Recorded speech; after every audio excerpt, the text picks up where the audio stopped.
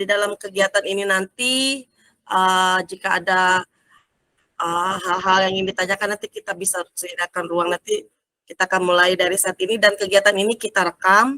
Saya mohon izin merekam karena akan disampaikan nanti untuk linknya akan dikirimkan ke penugasan kami bahwa kami telah melaksanakan diseminasi modul 1.4 budaya positif kepada Bapak Ibu semua. Salam kenal Bapak Ibu. Nama saya Ibu Retno Deniati Sari. Saya kebetulan saat ini posisi saya sebagai guru di SMA Negeri 2 Palangkaraya, dan di sini saya ucapkan terima kasih untuk kebersamaan teman-teman dari SMA 2 dan juga ada dari sekolah lain juga. Terima kasih banyak untuk waktunya.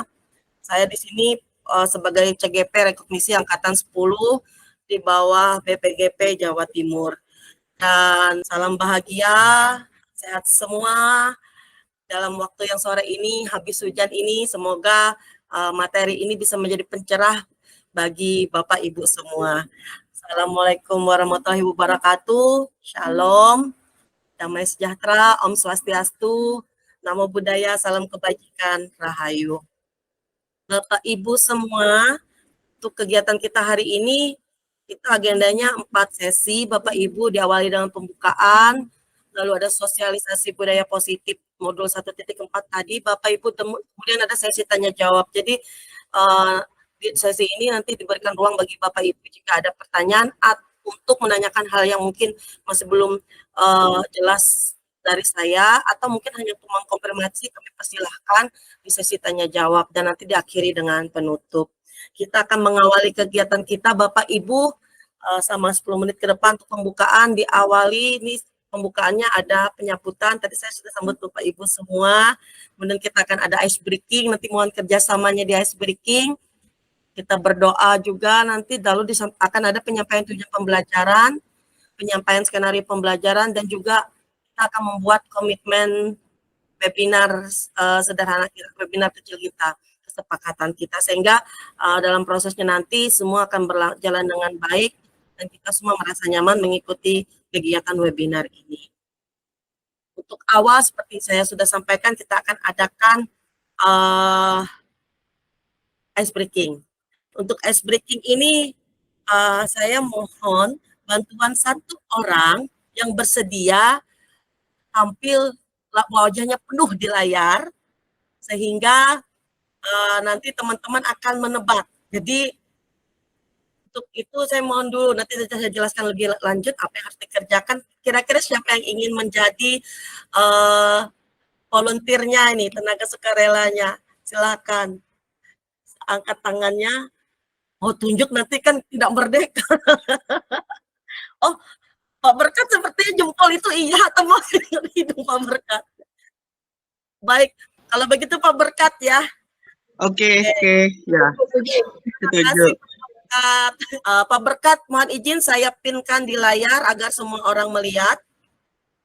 Jadi Bapak Ibu, kita akan melihat dalam tampilan layar nanti Pak Berkat akan mengirimkan satu buah kalimat lengkap, ada subjek, ada predikat, ada objek. Tetapi mikrofonnya mati Bapak Ibu. Tapi sepertinya ada bisa terdengar ini ya, jarak dekat bisa dekat sana. Lalu kemudian kita yang lain akan bersama-sama berlomba-lomba mengetik di kolom chat apa pesan yang Pak Berkat sampaikan, kalimat apa yang Pak Berkat sampaikan dalam keadaan mikrofon tertutup tersebut. Jadi Pak Berkat mohon izin nanti 3 kali pengulangannya Pak Berkat. Jadi kalau sudah 1 kali selesai 5 detik kami coba, kemudian diulang kembali. Apakah Bapak Ibu yang lain memahami permainan ice breaking kita kali ini? Jika sudah paham, berikan jempolnya di layar Bapak Ibu. Terima kasih Pak Rudi. Ada Kak Rudi. Terima kasih. Kak Marsal ya, angkat tangan berarti sudah paham ya Kak Marsal ya. Kak Ida terima kasih, Kak Eka terima kasih. Kayak Bu Marsa, Bu Martina. Baik, kalau gitu kita akan mulai. Saya akan off-kan sharingnya supaya wajah Pak Berkat itu terlihat dengan jelas. Baik, Pak Berkat, jika Kak Bapak sudah siap, oke jempolnya siap. 3, 2, 1. Silakan Pak Berkat.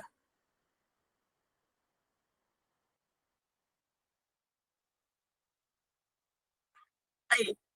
Bapak Ibu, jika Bapak Ibu sudah mendapatkan pesan, silakan. Oh, wih, Bu Martina sudah dapatkan. Saya pergi ke sekolah. Wah, benar itu ya. Saya pergi ke pasar, Bu Olivia. Saya pergi ke sekolah. Wah, ini sepertinya saya yang tidak sehati. Saya cuma dapat kata saya ini dari tadi. Apakah ada yang lain? Baik, kalau begitu kita akan tanyakan lagi konfirmasinya. Bu Martina jawab, saya pergi ke sekolah. Saya pergi ke sekolah, Bu Marsa juga. Bu Eka berbeda nih, saya pergi ke pasar. Lalu Bu Ami, oh Suspa, Bu Suspa mengatakan saya pergi ke sekolah. Baiklah Pak Berkat, kalau saya cuma bisa terbaca saya, berikutnya tidak bisa. Ngodong, sampai menganga mulut saya. Apakah benar jawabannya itu Pak Berkat? Apa sih jawabannya Pak Berkat? Oke, benar sekali. True ya. Benar sekali, Mem. Oh, ada yang ke pasar, ada yang ke sekolah, yang mana yang benar ini, Pak? Yang benar adalah saya pergi ke sekolah gitu yang benarnya. Sekolah. Baik, terima kasih. Baru habis itu baru ke pasar. Yang kedua saya pergi ke pasar. Saya tidak bisa dapat itu. Baik, terima kasih Pak Berkat, sungguh luar biasa. Kami lanjutkan lagi. Terima kasih untuk partisipasinya dalam permainan kita. Kita akan lanjutkan lagi kegiatan kita. Setelah kita masuk tebak gambar, kita seperti biasa jika ingin memulai kegiatan, kita awali dengan doa. Untuk itu, karena ini kita ingin menerapkan budaya positif berdoa, jadi mohon bantuan salah satu dari Bapak Ibu yang ada dalam ruangan ini untuk memimpin kita dalam doa, dan dipersilakan untuk mengaktifkan mikrofonnya. Kami persilakan siapa yang ingin mengambil kesempatan untuk memimpin kita dalam doa. Silakan angkat tangannya di sini. Oh, belum ada yang angkat tangan. Kalau tidak ada angkat tangan, saya mohon izin boleh menunjuk berarti ya. Kalau gitu saya mohon izin karena lama tidak bertemu. Pak Rudi Hilkia, apakah Bapak berkenan untuk memimpin doa pembuka acara kita hari ini, Pak Rudi? Ya, mari kita berdoa. Terima kasih, Bu Retno. Terima kasih, Pak Rudi. Silakan, Pak Rudi. Bapak Ibu sekalian, sebelum acara ini kita mulai, mari kita berdoa menurut agama dan keyakinan masing-masing, supaya acara ini dapat berjalan dengan lancar. Berdoa dimulai.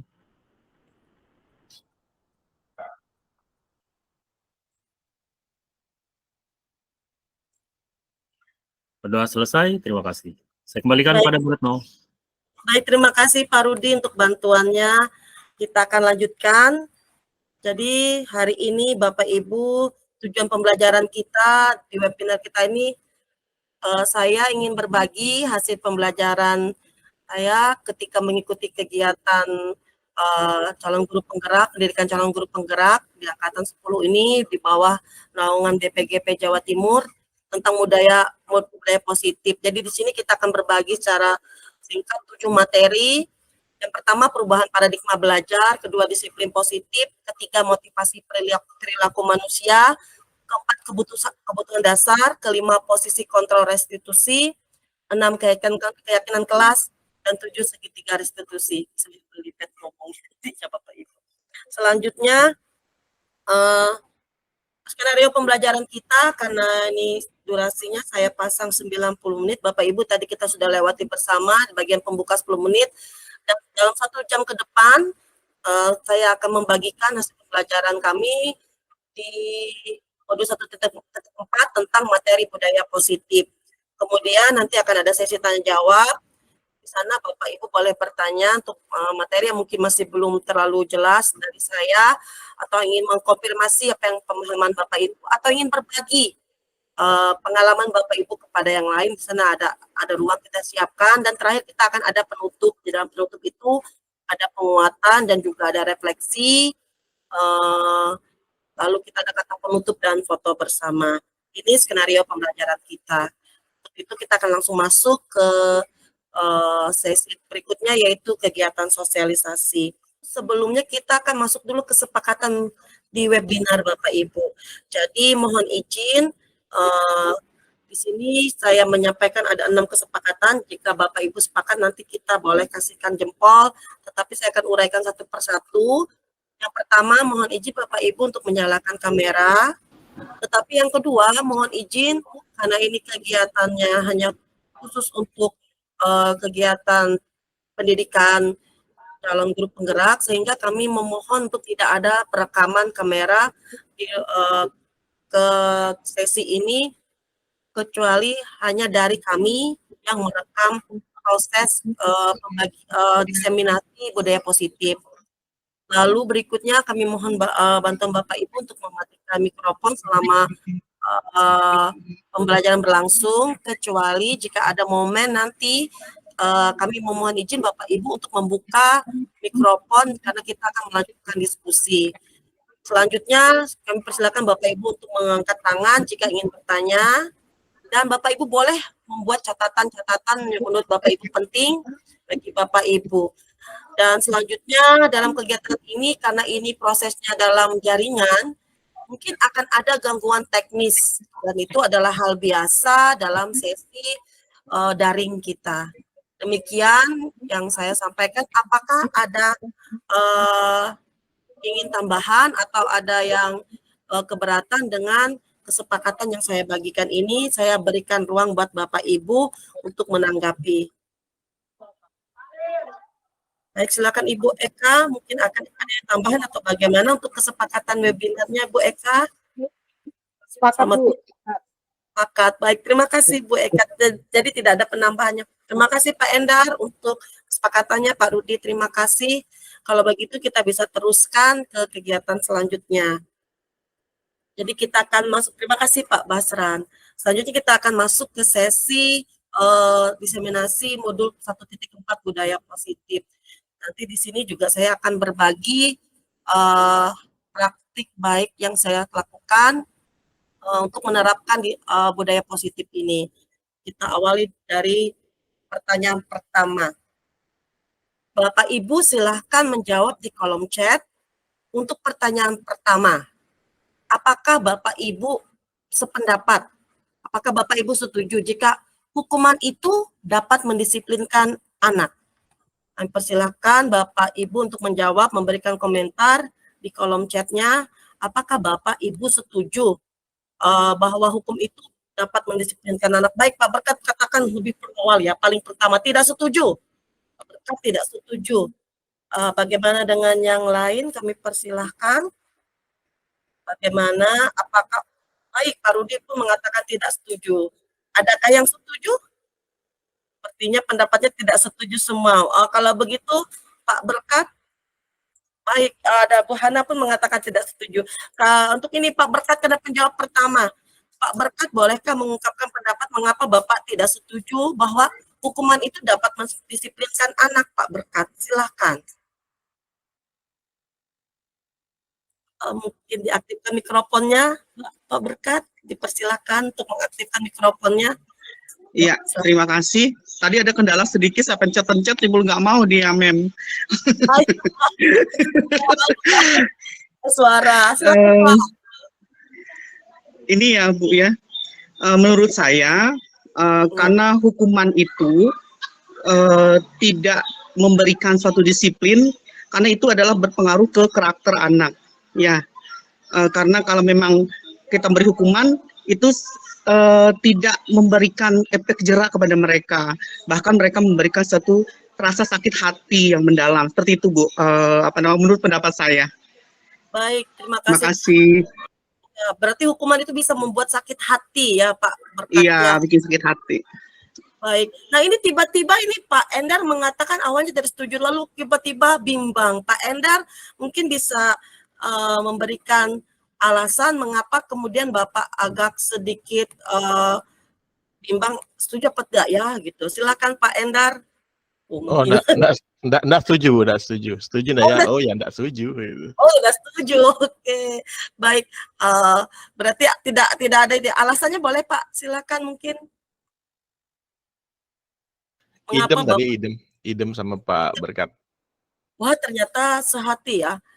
Transferan ilmunya luar biasa. Baik, terima kasih Pak Endar, Bapak Berkat juga. Kalau begitu untuk pertanyaan nomor 2, kalau pemberian hukuman itu hukumannya dengan hal yang positif seperti membaca atau membersihkan halaman sekolah itu dapat meningkatkan disiplin anak. Apakah Bapak Ibu setuju? Untuk soal nomor 2, bahwa hukuman positif misalnya kalau terlambat silahkan membaca tata tertib sekolah dengan bersuara 1 kali. Apakah itu menurut Bapak Ibu dapat meningkatkan kedisiplin anak? Atau karena dia terlambat sekolah silakan mencabut rumput di bagian di depan perpustakaan. Yang sudah selesai baru boleh masuk ke dalam kelas. Apakah Bapak Ibu setuju? Oh tidak. Endar bilang tidak. Boleh diberikan pendapatnya Pak Endar. Itu hukuman positif tapinya ya? Tetap tidak.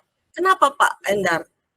Iya, sama seperti tadi di pertama kan bahwa kita sepakat bahwa hukuman itu tidak dapat mendisiplinkan anak, baik positif maupun negatif. Namanya hukuman, berarti sama juga dengan pemberian hukuman dengan hal Iya. positif seperti membaca juga berarti tidak dapat mendisiplinkan anak, Bu. Baik, terima kasih. Intinya mau dia positif, mau negatif, kalau sudah ada embel-embel hukuman ya tetap hukuman ya Pak ya. Besar Iya, kecil Bu, benar. hukuman. Baik, terima kasih Pak Endar. Terakhir, lalu kalau memberi penghargaan dapat meningkatkan motivasi belajar anak. Contohnya kalau dia anak berhasil mendapatkan nilai 100, kita akan memberi hadiah misalnya coklat, 1 batang coklat Silver Queen ketika dia berhasil mendapatkan nilai 100. Menurut Bapak Ibu apakah itu juga hal yang baik atau tidak? Apakah Bapak setuju atau tidak dengan cara seperti itu? Oh, Pak Rudi setuju. Baik, Pak Rudi boleh selamat bergabung Pak Gus Ledi. Pak Rudi boleh memberikan, Bu Eka juga sepakat. Pak Rudi dulu lah, bagaimana, kenapa Pak Rudi setuju dengan pemberian hadiah itu dapat meningkatkan motivasi belajar anak? Seseorang itu mempunyai banyak kebutuhan. Salah satunya kebutuhan untuk disenangi, disukai. Jadi kalau kita menyentuh hatinya, maka anak tersebut dapat melakukan pekerjaannya lebih baik. Tetapi pada batas-batas tertentu, penghargaan itu akan mencapai batas. Sehingga penghargaan di sini pun tidak diberikan terus-menerus, tapi sesuai dengan situasi dan kondisinya. Jadi harus diberikan bersyarat, tidak boleh terus-menerus. Nanti bisa besar kepala, hidrosepalus. Terima kasih. Baik, terima kasih Pak Rudi. Jadi dari Pak Rudi mengatakan sebenarnya setuju ya, pada dasarnya setuju, tetapi ada batasan-batasannya. Baik, kita tidak akan membahas lebih lagi untuk ini, nanti kita akan dapatkan jawabannya yang mana yang lebih tepat ketika kita teruskan ke penjelasan selanjutnya. Bapak Ibu, kita akan mengawali untuk disiplin positif itu, kita akan mengawali dengan disiplin positif dan nilai-nilai kebajikan universal. Jadi topik pertama ini kita akan membahas apakah itu disiplin positif dan apa nilai-nilai kebajikan universal itu sendiri. Untuk itu kita akan bermain, saya akan meminta 2 orang. Yang pertama saya minta tolong 1 orang untuk berperan sebagai A dan 1 orang untuk berperan sebagai B. Saya persilakan untuk siapa yang ingin berpartisipasi dalam perubahan paradigma ini. Mungkin ini minta tolong saya, kalau tidak ada yang angkat tangan, saya minta tolong dengan Pak Gus Ledi. Pak Gus Ledi, jadi yang A ya Pak Gus Ledi ya. Apakah bisa Pak Gus Ledi? Apakah suara saya terdengar Pak Gus Ledi? Iya, bisa kedengaran. Baik, Bapak, kalau gitu Pak Gus Ledi boleh mengaktifkan mikrofonnya karena kita akan nanti ada komunikasi. Kemudian untuk yang B-nya boleh 1 orang. Nah, Jika tidak ada, saya mungkin minta tolong dengan ini ya, Ibu Martina. Apakah Ibu Martina tidak sedang sibuk saat ini? Apakah bisa untuk berpartisipasi? Ya, boleh. Baik, kalau begitu kita akan lanjutkan perubahan paradigma ini, Bapak Ibu. Jadi dari permainan ini, dari kegiatan ini diharapkan Bapak Ibu bisa mengambil suatu refleksi apa yang akan kita lakukan, terutama untuk mengubah paradigma kita. Baik, Pak Gus Ledi, saya persilahkan Pak Gus Ledi mengambil satu. Kalau di sini dikatakan kertas ya, tapi Pak Gus Ledi mengambil sesuatu di sekitar Bapak yang bisa Bapak genggam.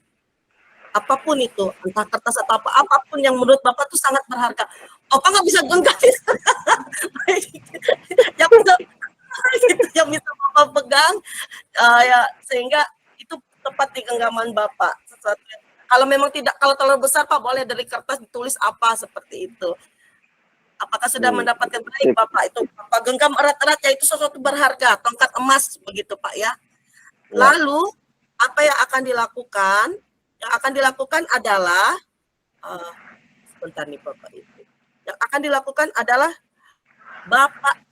Bapak akan menahan kuat-kuat tongkat itu, jangan dilepas, tetapi Ibu Martina dipersilahkan mencoba dengan sekuat tenaga dengan berbagai cara, walaupun ini karena ini daring, jadi dengan perkataan Ibu untuk membuat Bapak Gus Ledi akhirnya melepas apa yang berharga di tangannya tersebut.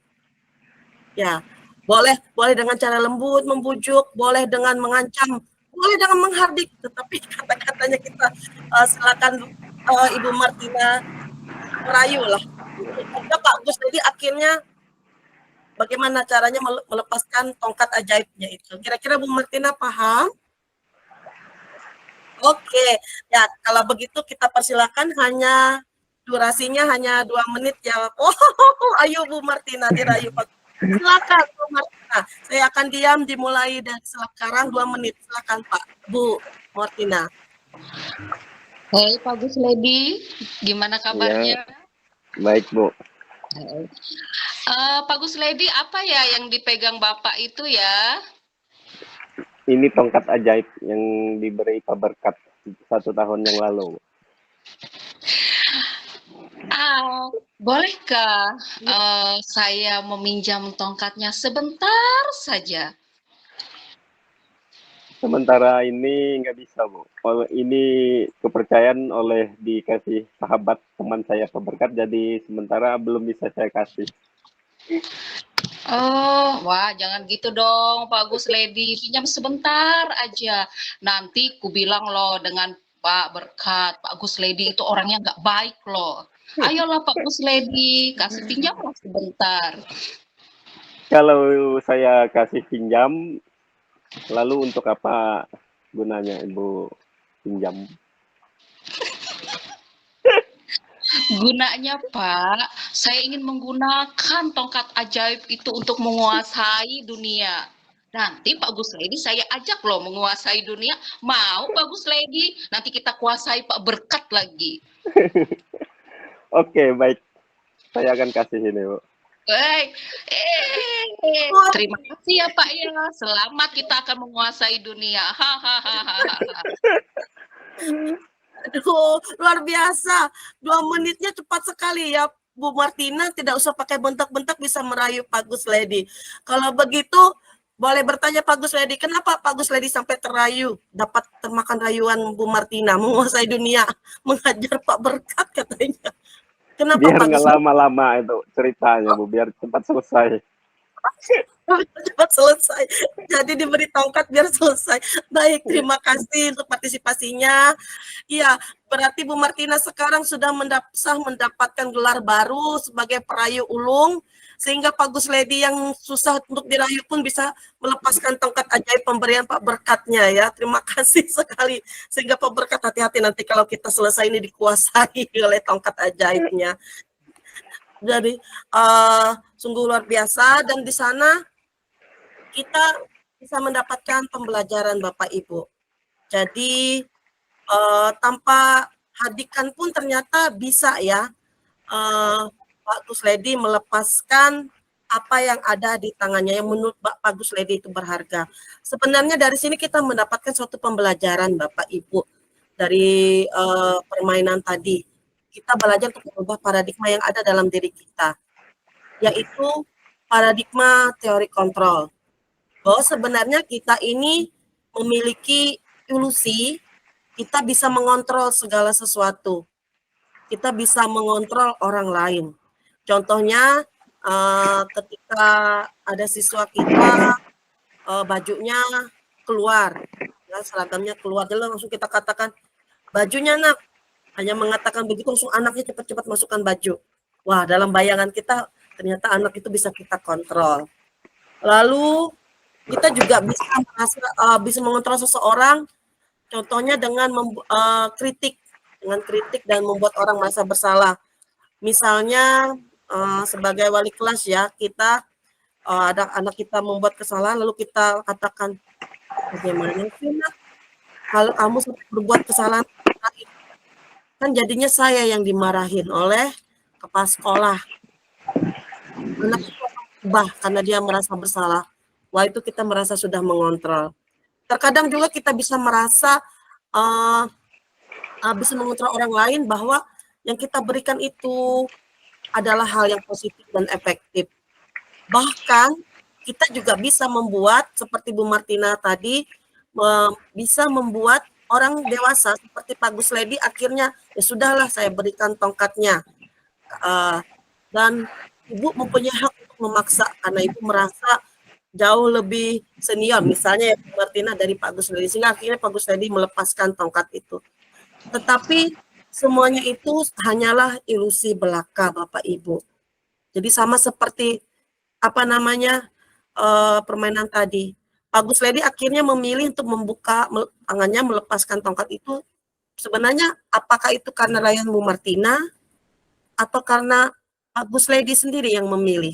Menurut Bapak Ibu, tanpa dijawab, silakan diketik di kolom chat. Apakah itu karena pengaruh Bu Martina yang luar biasa dalam memanipulasi pemikiran Pak Gus Ledi sehingga mengontrol Pak Gus Ledi sehingga Pak Gus Ledi rela melepaskan tongkat ajaibnya, atau karena Pak Gus Ledi yang memang ingin melepaskan tongkat ajaib tersebut? Menurut Bapak Ibu, siapa yang sebenarnya memegang kontrol dalam permainan tadi? Boleh diketik Bapak Ibu, apakah Bu Martina atau Pak Gus Ledi yang memegang kontrol dalam permainan tadi? Ya, menurut Pak Berkat silakan mau diketik atau mau berbicara. Saya bicara aja, Mem. Boleh, silakan Pak Berkat. Oh iya, langsung bicara aja. Gini, menurut saya, dua-duanya berpotensi. Ya. Tapi di sini yang paling memegang teguh kendali adalah sebenarnya di Pak Gus Ledi sebenarnya yang harus punya prinsip. Tapi karena rayuan dari Bu Martina tadi yang ada yang menjanjikan, akhirnya prinsip yang dipegang oleh Pak Gus Ledi tadi itu goyah. Nah, berarti di sini adalah yang ahlinya di sini menurut saya adalah Bu Martinanya. Terima kasih, Mem. Baik, terima kasih. Oh, kalau Pak Endar juga kalau dirayu goyah juga ya Pak Endar ya kalau Bu Martina yang merayunya. Baik, jadi kita ilusinya seperti itu ya Bapak Ibu, bahwa Bu Martina memang memegang kontrol di sana. Tetapi jika Pak Gus Ledi tidak mengontrol dirinya untuk melepaskan apa yang ada, yang sesuatu berharga di tangannya, maka itu juga tidak akan terjadi. Pak Gus Ledi melepaskan hal berharga di tangannya. Itu paradigma yang sering kita rasakan saat ini Bapak Ibu. Nah, di sini kita ingin Bapak Ibu mulai merubah paradigma mengenai stimulus respon dan teori kontrol. Siapa sesungguhnya yang memiliki kontrol di dalam kegiatan ini, di dalam stimulus respon ini? Kita coba Bapak Ibu, misalnya kita mencoba mengubah orang agar berpandangan sama dengan kita. Misalnya kita berpandangan bahwa seorang siswa laki-laki yang memiliki rambut cepak itu adalah laki-laki siswa yang cerdas. Itu stimulus responnya seperti itu. Tetapi dalam teori kontrol, hal itu akan hilang dan membuat kita harus berpikir kembali. Jadi kita harus bisa memahami pandangan orang lain tentang dunia ini. Belum tentu semua orang mengatakan orang yang berambut cepak itu adalah cerdas. Atau belum tentu semua orang akan berpendapat bahwa seorang laki-laki yang memiliki rambut lebih panjang dari biasanya itu adalah orang yang nakal. Misalnya rambutnya panjang sebahu, itu adalah orang yang nakal. Kemudian juga ada perilaku buruk. Kalau stimulus responnya, kalau orang berperilaku buruk itu kesalahan. Contohnya misalnya ketika kita sedang mengajar, tiba-tiba ada siswa berteriak-teriak di samping kita akan menganggap anak ini nakal, anak ini tidak sopan. Tetapi di teori kontrol kita diharapkan melihat bahwa semua perilaku memiliki tujuan. Bisa jadi pada saat itu dia berteriak karena ada kecoa di dekat kakinya.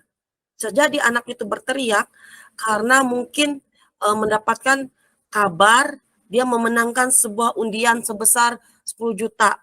Karena senang dia berteriak. Kita tidak tahu. Jadi kita mengubah pemandangan kita bahwa orang melakukan sesuatu itu, yang salah itu pasti salah. Tapi kita mencoba melihat dari sisi lain. Sama juga dan katakan orang lain bisa mengontrol saya. Seperti misalnya Pak Gus Ledi katakan, kalau Bu Martina yang berbicara, dia bisa mengontrol saya. Tetapi di teori kontrol itu sendiri, yang bisa mengontrol sesuatu itu hanya diri kita. Jadi dari luar itu tidak akan pernah bisa mengontrol kita jika kita tidak membuka diri untuk dikontrol. Dan yang lain juga mengatakan kalau ilusinya saya bisa mengontrol anak itu. Anak itu tidak akan terlambat jika saya menangani. Tetapi di teori kontrol, kita ingin diingatkan bahwa kita tidak bisa mengontrol orang lain sepenuhnya. Jadi mungkin kita Kamet Bu Martina bisa mengontrol atau merayu Pak Gus Ledi, tetapi sebenarnya itu hanya ilusi belaka. Lalu ada kata pemaksaan ada pada saat bujukan gagal. Jadi ketika dirayu, sebenarnya ya tadi Pak Gus Ledi misalnya masih tidak mau melepaskan prinsipnya, tidak mau melepaskan hal yang berharga, sudah kita bentak saja. Tapi tidak sampai sana ya tadi akhirnya ya Bapak Ibu. Nah, kalau di teori kontrol itu sendiri itu tidak ada. Yang ada adalah kolaborasi dan konsensus menciptakan pilihan-pilihan baru. Contohnya apa? Contohnya di teori kontrol tadi, akhirnya ketika Bu Martina mencoba melakukan pendekatan, dan Pak Gus Ledi membuka dirinya untuk bisa dikontrol, melepaskan tongkat ajaibnya, sehingga ada kolaborasi. Nanti kita berdua bisa menguasai dunia, ya. Nanti kita berdua bisa mengalahkan peberkat, ya, seperti itu. Jadi ada pilihan-pilihan baru di sana. Yang terakhir, itu model berpikirnya, Bu Martina yang menang ini karena dia berhasil merayu Pak Gus Ledi. Nah, tetapi di teori kontrol itu sendiri dikatakan bahwa yang sebenarnya itu adalah model berpikir menang-menang atau istilahnya win-win solution, 50-50. Tidak ada yang kalah di sini. Bu Martina dianggap menang karena dia berhasil merayu Pak Gus Ledi. Pak Gus Ledi pun tetap menang karena ketika dia melepaskan hal yang berharga itu dengan ada hal-hal pilihan baru lagi yang jauh lebih menarik dari apa yang dia dapatkan sekarang. Mungkin ketika dia memegang tongkat, dia hanya bisa menguasai hanya di kelas 10-1. Tetapi jika bersama Bu Martina berkolaborasi, mereka berdua dengan tongkat ajaibnya bisa menguasai seluruh siswa di kelas 10 dan juga Pak Berkat. Jadi itu semua sama win-win solution. Jadi seperti itu Bapak Ibu. Selanjutnya, sedangkan nilai-nilai kebajikan universal itu adalah sifat-sifat positif manusia yang merupakan tujuan mulia yang ingin dicapai setiap individu. Jadi setiap orang itu punya pemikiran bahwa ini baik adalah karena hal yang mulia. Dan di sini menurut Dr. William Glasser dalam teori kontrolnya itu sendiri, saya kita belajar untuk mengubah paradigma kita.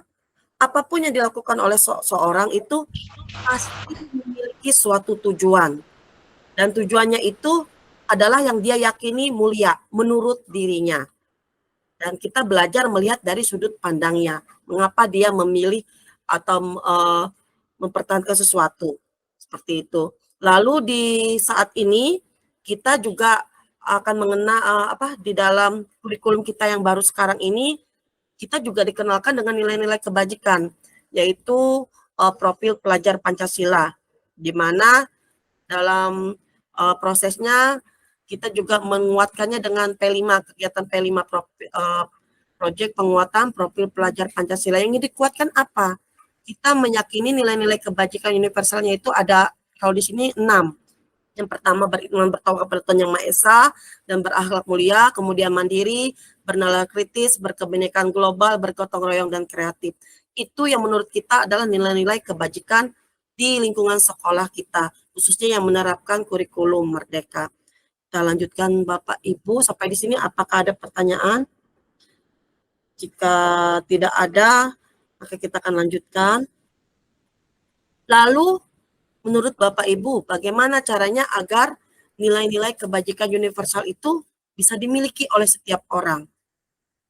Yang misalnya saja di profil pelajar Pancasila tadi ada 6 ya Bapak Ibu, 6 nilai karakter yang menurut kita itu nilai-nilai kebajikan. Misalnya yang tadi, ini, beriman bertakwa kepada Tuhan Yang Maha Esa, mandiri, bernalar kritis, berkebinekaan global, bergotong royong, kreatif, itu bagaimana caranya agar bisa dimiliki oleh setiap orang? Apakah hanya dengan simsalabim saja kah? Atau bagaimana? Nah, di sini saya langsung teruskan Bapak Ibu, adalah dengan berlatih, dan berlatih untuk menerapkan disiplin positif. Karena nilai-nilai kebajikan itu tidak akan langsung jadi prosesnya. Sama seperti kita ketika kita menanam benih itu juga perlu proses. Misalnya kita ingin menanam padi, dari benih yang kecil hingga akhirnya tumbuh dan menghasilkan padi dan kemudian diolah lagi. Jadi perlu tahapan di sana, ada proses di sana. Dan untuk manusia kita perlu berlatih, dan berlatih, Bapak Ibu. Lalu latihan itu, disiplin positif itu ada dasarnya. Kalau disiplin itu apa sebenarnya? Disiplin itu artinya belajar.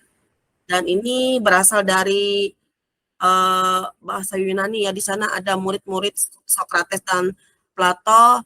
Mereka ingin mendisiplinkan diri katanya, menjadi menggali potensinya menjadi sebuah tujuan apa yang dia hargai. Jadi itu sebuah proses sebenarnya. Disiplin itu adalah sebuah proses belajar, sebuah proses berlatih agar dia bisa mencapai potensi terbaik dari dirinya. Tetapi bagaimana penerapan disiplin di Indonesia itu sendiri? Di Indonesia itu sendiri kita malah memaknai disiplin itu bukan sesuatu, kalau di sini kan konotasinya sebenarnya konotasinya negatif ya, kalau artinya konotasi denotasi, tetapi di sini kita malah benar-benar konotasinya memang benar-benar negatif. Jadi kalau yang di Yunani mengatakan itu proses belajar, berlatih agar bisa menjadi disiplin, kalau di Indonesia itu budaya kita memaknai bahwa seseorang itu akan disiplin jika dia patuh. Nah, kata disiplin itu cenderung dengan kata patuh. Sehingga kalau kita mendengar saja sudah tidak nyaman. Patuh itu tidak nyaman. Dan juga bukan untuk sesuatu yang kita hargai. Kita melakukan disiplin itu bukan untuk hal yang kita hargai. Bukan untuk mencapai tujuan mulia. Tapi karena patuh. Jadi tidak nyaman mendapatkannya. Oleh karena itu, maka muncullah di Indonesia itu kebiasaan bahwa cara mendisiplinkan seseorang itu boleh dengan hukuman supaya dia patuh. Tetapi ada yang lebih lembut. Kalau hukum kan lebih keras. Kalau dia nggak bisa hukum agar patuh. Kalau misalnya naik sepeda motor tidak bawa SIM, hukumannya langsung misalnya ya langsung diambil denda pada saat itu, dihukum, motornya diambil, kena hukuman. Tetapi ada yang lebih lembut, ada konsekuensi. Kalau hukuman itu lebih pada anak atau orang yang terkena itu tidak tahu apa-apa. Kalau dia berbuat salah, dia tidak tahu bahwa dia akan mendapatkan hukuman, akan mendapatkan akibat yang tidak dia sukai.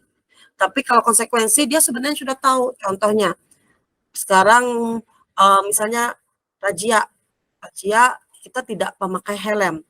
Ya terus saja kalau tidak pakai helm kan pasti akan ditangkap polisi, atau ketika kita naik mobil melewati lampu lalu lintas yang ada kamera itu, kita sudah tahu kalau kita lupa pakai sabuk pengaman, konsekuensinya kita harus bayar denda. Jadi kita sudah tahu, tetapi kita tanpa sadar atau disadari melanggar dan siap menerima konsekuensi, siap menerima hukuman. Ada lagi disiplinnya dengan cara restitusi, jauh lebih lembut dan lebih ke win-win solution. Kemudian Bapak Ibu, sebenarnya perbedaan hukum konsekuensi dan restitusi itu apa? Kita akan jelaskan lagi di sini. Ada teori motivasi, hukuman, dan penghargaan dan restitusi di dalamnya. Di dalam teori motivasi perilaku manusia itu, motivasi manusia itu ada dua hal. Yang pertama eksternal atau dari luar diri seseorang. Yang kedua adalah internal, dari dalam diri seseorang. Kalau yang pertama itu motivasi eksternalnya karena menghindari ketidaknyamanan, menghindari hukuman.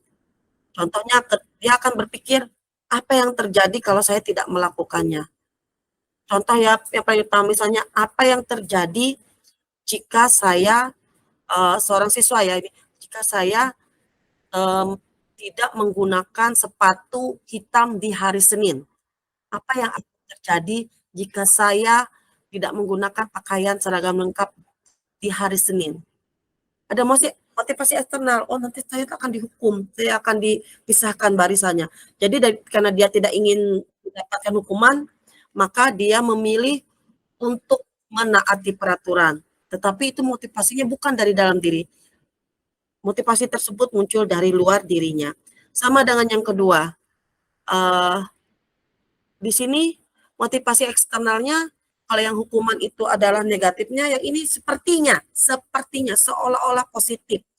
Contohnya, apa yang akan saya dapatkan apabila saya melakukannya? Misalnya ketika dia berhasil, apa yang saya dapatkan kalau saya berhasil mendapatkan nilai 100 dalam pelajaran Ibu Retno misalnya.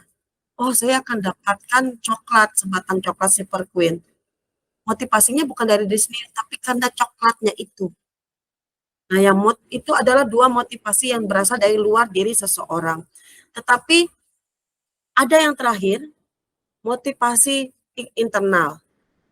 Motivasi internal dari dalam diri sendiri, sehingga tujuannya untuk mendisiplinkan secara positif. Dan ini lebih karena dia menghargai dirinya.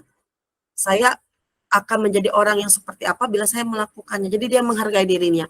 Dia tidak ingin dihukum, jadi dia, siswa itu tidak ingin dihukum sehingga dia menggunakan pakaian seragam lengkap. Siswa itu tidak hanya ingin mendapatkan coklat, tetapi dia ingin mendapatkan nilai 100 itu karena memang dia mampu dan dia menyukai pelajaran itu. Jadi lebih dari dirinya sendiri. Sehingga jika ada motivasi internal itu, maka disiplin positif itu akan lebih mudah terbentuk dalam diri seseorang. Jadi dapat dikatakan bahwa seseorang yang menghargai diri sendiri itu berarti dia adalah seseorang yang merdeka. Jadi merdeka itu tidak mesti harus tidak mesti ada penjajahan seperti yang terjadi sekarang secara langsung. Penjajahannya adalah lagi marak-maraknya Ukraina dengan Rusia, yang Palestina dan di jalur Gaza itu memang dengan senjata. Ada juga yang dia terjajah bukan secara langsung tetapi mentalnya yang terjajah. Contohnya apa? Contohnya misalnya seseorang itu karena dia terbiasa dibully, sehingga dia ketika pergi ke sekolah itu kan jadi takut. Kalau saya ke sekolah, saya bertemu ini nanti gimana? Jadi pikirannya menjajah dirinya sendiri. Tetapi jika seseorang itu menghargai dirinya, maka dapat dikatakan dia akan merdeka. Tidak ada satupun pihak-pihak luar yang akan menjajahnya, kecuali dia yang akan membuka dirinya, memperbolehkan orang lain mengontrol dirinya, baik secara fisik maupun mentalnya. Nah, sekarang ini tentang kisah belenggu gajah. Jadi nanti mohon bantuan salah satu yang ingin berkomentar, saya akan persilakan. Dari kisah belenggu seekor gajah ini ada seekor gajah. Gajah itu binatang yang sangat besar dan sejak kecilnya dia ada di kebun binatang. Untuk mendisiplinkan gajah tersebut, pawangnya mengikat kaki gajah itu menggunakan rantai ke sebuah besi yang besar, jadi kayak tiang besi yang besar. Sehingga gajah itu tidak akan pernah bisa lari jauh dari kandangnya, dari tempatnya, dan itu hanya bisa berpindah sejauh panjangnya panjang rantai atau besi yang mengikat dirinya. Tetapi suatu hari pawang itu berkata, sepertinya gajah ini sudah pintar, sepertinya gajah ini sudah cerdas. Saya juga ingin membebaskannya. Biarlah dia bisa hidup berkembang di alam liar sesuai dengan tempatnya. Sehingga dia melepaskan ikatan tersebut. Namun sayangnya gajahnya akan tetap tinggal di sana. Menurut Bapak Ibu, apa yang terjadi di dalam diri gajah tersebut? Padahal gajahnya besar, tapi tidak mau berpindah tempat dari tempat dia awal diikat. Padahal ikatannya sudah dilepas. Silakan Bapak Ibu yang ingin memberikan pendapat, menurut Bapak Ibu, apa yang terjadi dengan gajah itu? Saya persilahkan. Di sini ada Ibu Ibu Marcelina, Kak Marcelina, apakah ada?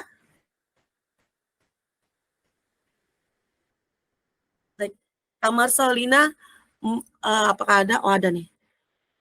Kak Marsal, menurut Kak Marcelina, menurut Ibu Marcelina, ini gajah ini mengapa tidak ingin pergi dari tempatnya padahal rantainya telah terlepas? Hal yang membelenggunya sebenarnya secara terlihat kita sudah terlepas, tetapi mengapa dia tidak ingin pergi meninggalkan tempat asalnya? Silakan Bu Marcelina atau siapa mungkin? Ya, silakan Bu Marcelina.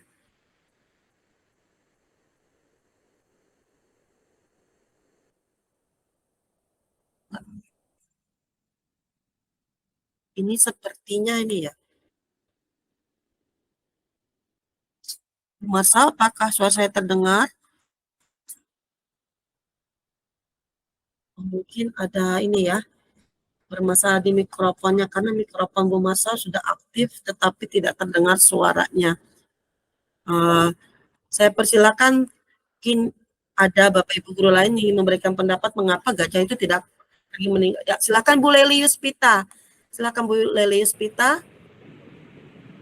Ya, kedengaran? Terdengar Kak Leli. Silakan Bu Leli. Gajah itu karena dia sudah terbiasa terbelenggu seperti itu, maka dia akan tetap berada di situ hanya bila ada pemandunya yang menuntunnya, maka dia akan bergerak. Jadi seperti itu yang saya pahami tentang gajah, ya. Kemudian yang saya tahu juga gajah itu dia akan mengikuti alur dari gajah-gajah lain bila umpamanya mau bergerak kemana seperti itu. Jadi kembalikan lagi kepada dasar gajah itu untuk berjalan, dia ternyata mengikuti bau-bau dari teman-temannya. Jadi menurut saya yang seperti ini saya ambil instingnya adalah karena dia sudah terbiasa di situ, kemungkinan juga dia tidak ada berteman dengan siapa-siapa, lalu yang ditunggunya adalah hanya pemandunya saja. Jadi seperti itu. Terima kasih. Baik, terima kasih Bu Leli. Ya, benar, karena sudah instingnya sudah terbiasa di sana ya. Juga ada sama komennya Bu Nurhapni, juga dengan Bu Martina juga sama sependapat bahwa karena sejak kecilnya gajah itu dibelenggu dengan rantai besi di satu tempat sehingga dia menganggap bahwa itulah tempat ternyamannya. Kemudian juga karena dia terbiasa di bawah perintah pawangnya, akhirnya gajah itu tidak bisa pergi, tidak bisa move on ceritanya. Walaupun belenggunya secara kasat mata sudah dilepas oleh pawangnya, sudah diperbolehkan untuk pergi ke alam liar, tetapi gajah itu tidak pernah mau pergi karena ternyata gajah ini bisa dikatakan belum merdeka. Badannya belum merdeka, badannya besar tetapi tidak merdeka karena dia sudah terbiasa dengan pola-pola yang sudah menguasainya sejak kecil. Istilahnya kalau kita di manusia, kita sudah terbiasa di zona nyaman. Jadi ketika diberikan kesempatan untuk mengubah sesuatu itu, termasuk saya pribadi juga agak sedikit sulit untuk mengubah segala sesuatu. Padahal itu sudah kita diberi kesempatan untuk berkembang. Nah, kembali lagi Bapak Ibu, terima kasih Bu Leli untuk jawabannya. Kita kembali lagi ke sini. Lalu kita Ki Hajar Dewantara, tokoh pendidikan Indonesia ini sungguh luar biasa Bapak Ibu. Saya berapa kali mempelajari ini karena ikut prosesnya guru penggerak ini bukan karena bagaimana, karena saya tertarik dengan tokoh Ki Hajar Dewantara itu sendiri sebenarnya. Karena beliau itu sungguh luar biasa pemikirannya tentang Ingarso Sungklodo, Ingat Jomangun Korso, Sututuri Andayani. 3 hal itu sebenarnya diadopsi oleh sistem pembelajaran di Finlandia. Lalu kemudian pemikirannya ternyata tidak usang oleh waktu. Justru sekarang pemikirannya digunakan kembali. Dan satu hal yang paling saya sukai, salah satunya, itu kata merdeka. Menurut Ki Hajar Dewantara itu, merdeka itu artinya tidak hanya terlepas dari perintah, tidak hanya terlepas dari belenggu, dari pawang itu, tetapi kita juga cakap memerintah diri sendiri. Di dalam pola pikir kita itu, seseorang yang merdeka itu adalah dia bebas. Saya mau A, mau B, dia bebas. Tetapi bebasnya itu membuat dia jauh lebih berkembang lagi. Sehingga pemikiran beliau ini juga menjadi salah satu dasar untuk menumbuhkan budaya positif. Diambillah ke dalam kurikulum kita untuk mengembangkan budaya positif itu dengan memasukkannya menjadi merdeka belajar, dikemas menjadi merdeka belajar. Tetapi merdeka belajar yang seperti ini bukan merdeka yang semerdeka-merdekanya ya Bapak Ibu ya. Tetapi ternyata merdeka yang dimaksud di sini justru ada batasan-batasan yang juga tidak boleh dilanggar. Merdeka belajar ini yang bagaimana yang diharapkan. Saya ingin mengundang Bapak Ibu untuk melihat video pembelajaran berikut. Saya screen dulu Bapak Ibu ya.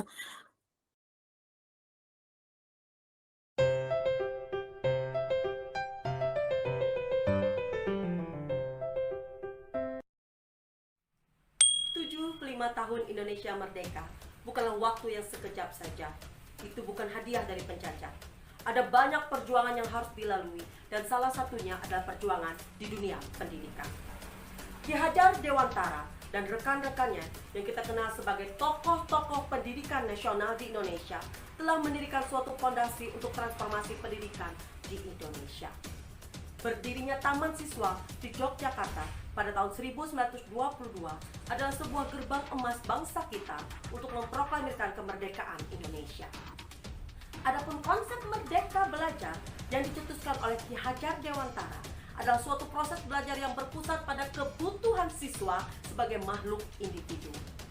Merdeka di sini bukan berarti merdeka yang sebebas-bebasnya, tetapi semua proses pendidikan harus tetap tertib dan teratur tanpa mengekang kebebasan siswa untuk meningkatkan minat dan bakatnya. Saat ini, ada beberapa pola pikir yang tanpa disadari telah menjadi penjara tak terlihat bagi pendidikan anak-anak kita. Paradigma di kalangan orang tua, guru, seperti anakku harus dapat nilai 100 untuk semua mata pelajaran. Anak harus ranking agar dapat label pintar. Dan supaya pintar, harus ikut banyak les dan kursus. Harus belajar di sekolah favorit. Bahkan, ada yang memaksakan anaknya harus berprofesi sama seperti dirinya. Halo, bukankah kita sekarang telah merdeka? Apakah kita sebagai guru dan orang tua ingin mengubah status kita menjadi seorang penjajah dan memenjarakan hak-hak anak-anak kita tanpa peduli dengan minat dan bakat dirinya? Karena setiap anak tidaklah sama. Walaupun mereka kembar identik, masih ada perbedaan. Kita telah merdeka, tapi bukan berarti kita berhak merebut kemerdekaan anak kita. Mari, Bapak, Ibu guru, dan orang tua, kita harus ubah pola pikir kita. Mari kita jalin kerjasama antara orang tua, guru, dan masyarakat sebagai tripusat pendidikan. Biarkanlah mereka menerima haknya untuk mengembangkan diri semaksimal mungkin sesuai dengan minat dan bakat mereka. Tugas kita adalah mendidik serta menuntun mereka untuk bisa mandiri dan berkarakter Pancasila. Sehingga hasil dari pendidikan di negara kita akan menciptakan masyarakat yang lebih bijaksana. Mari sukseskan program Merdeka Belajar. Bersama kita bergerak untuk mentransformasi pendidikan demi terwujudnya Indonesia yang jauh lebih baik.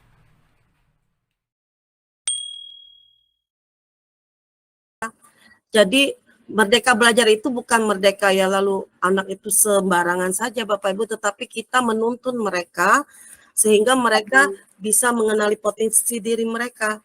Itu yang diinginkan oleh Ki Hajar Dewantara, sehingga kita menyiapkan ruang agar mereka bisa belajar sebebas-bebasnya. Dan satu lagi, untuk merdeka belajar itu sendiri,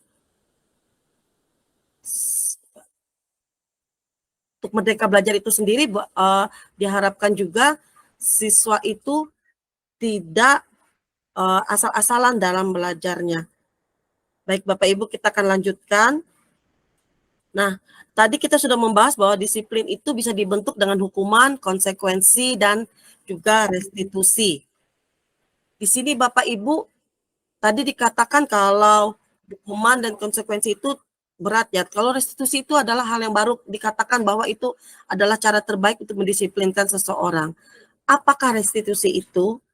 Untuk restitusi itu dikenal adalah suatu proses. Jadi siswa itu belajar untuk memperbaiki kesalahan mereka itu dari diri mereka sendiri, sehingga mereka belajar untuk tahu bahwa hal ini salah dan mereka memperbaiki dirinya. Lalu ketika kembali lagi kepada kelompok mereka, dia jauh lebih yakin karakternya, karakter positifnya jauh lebih kuat bahwa saya tidak akan mengulangi kesalahan itu lagi.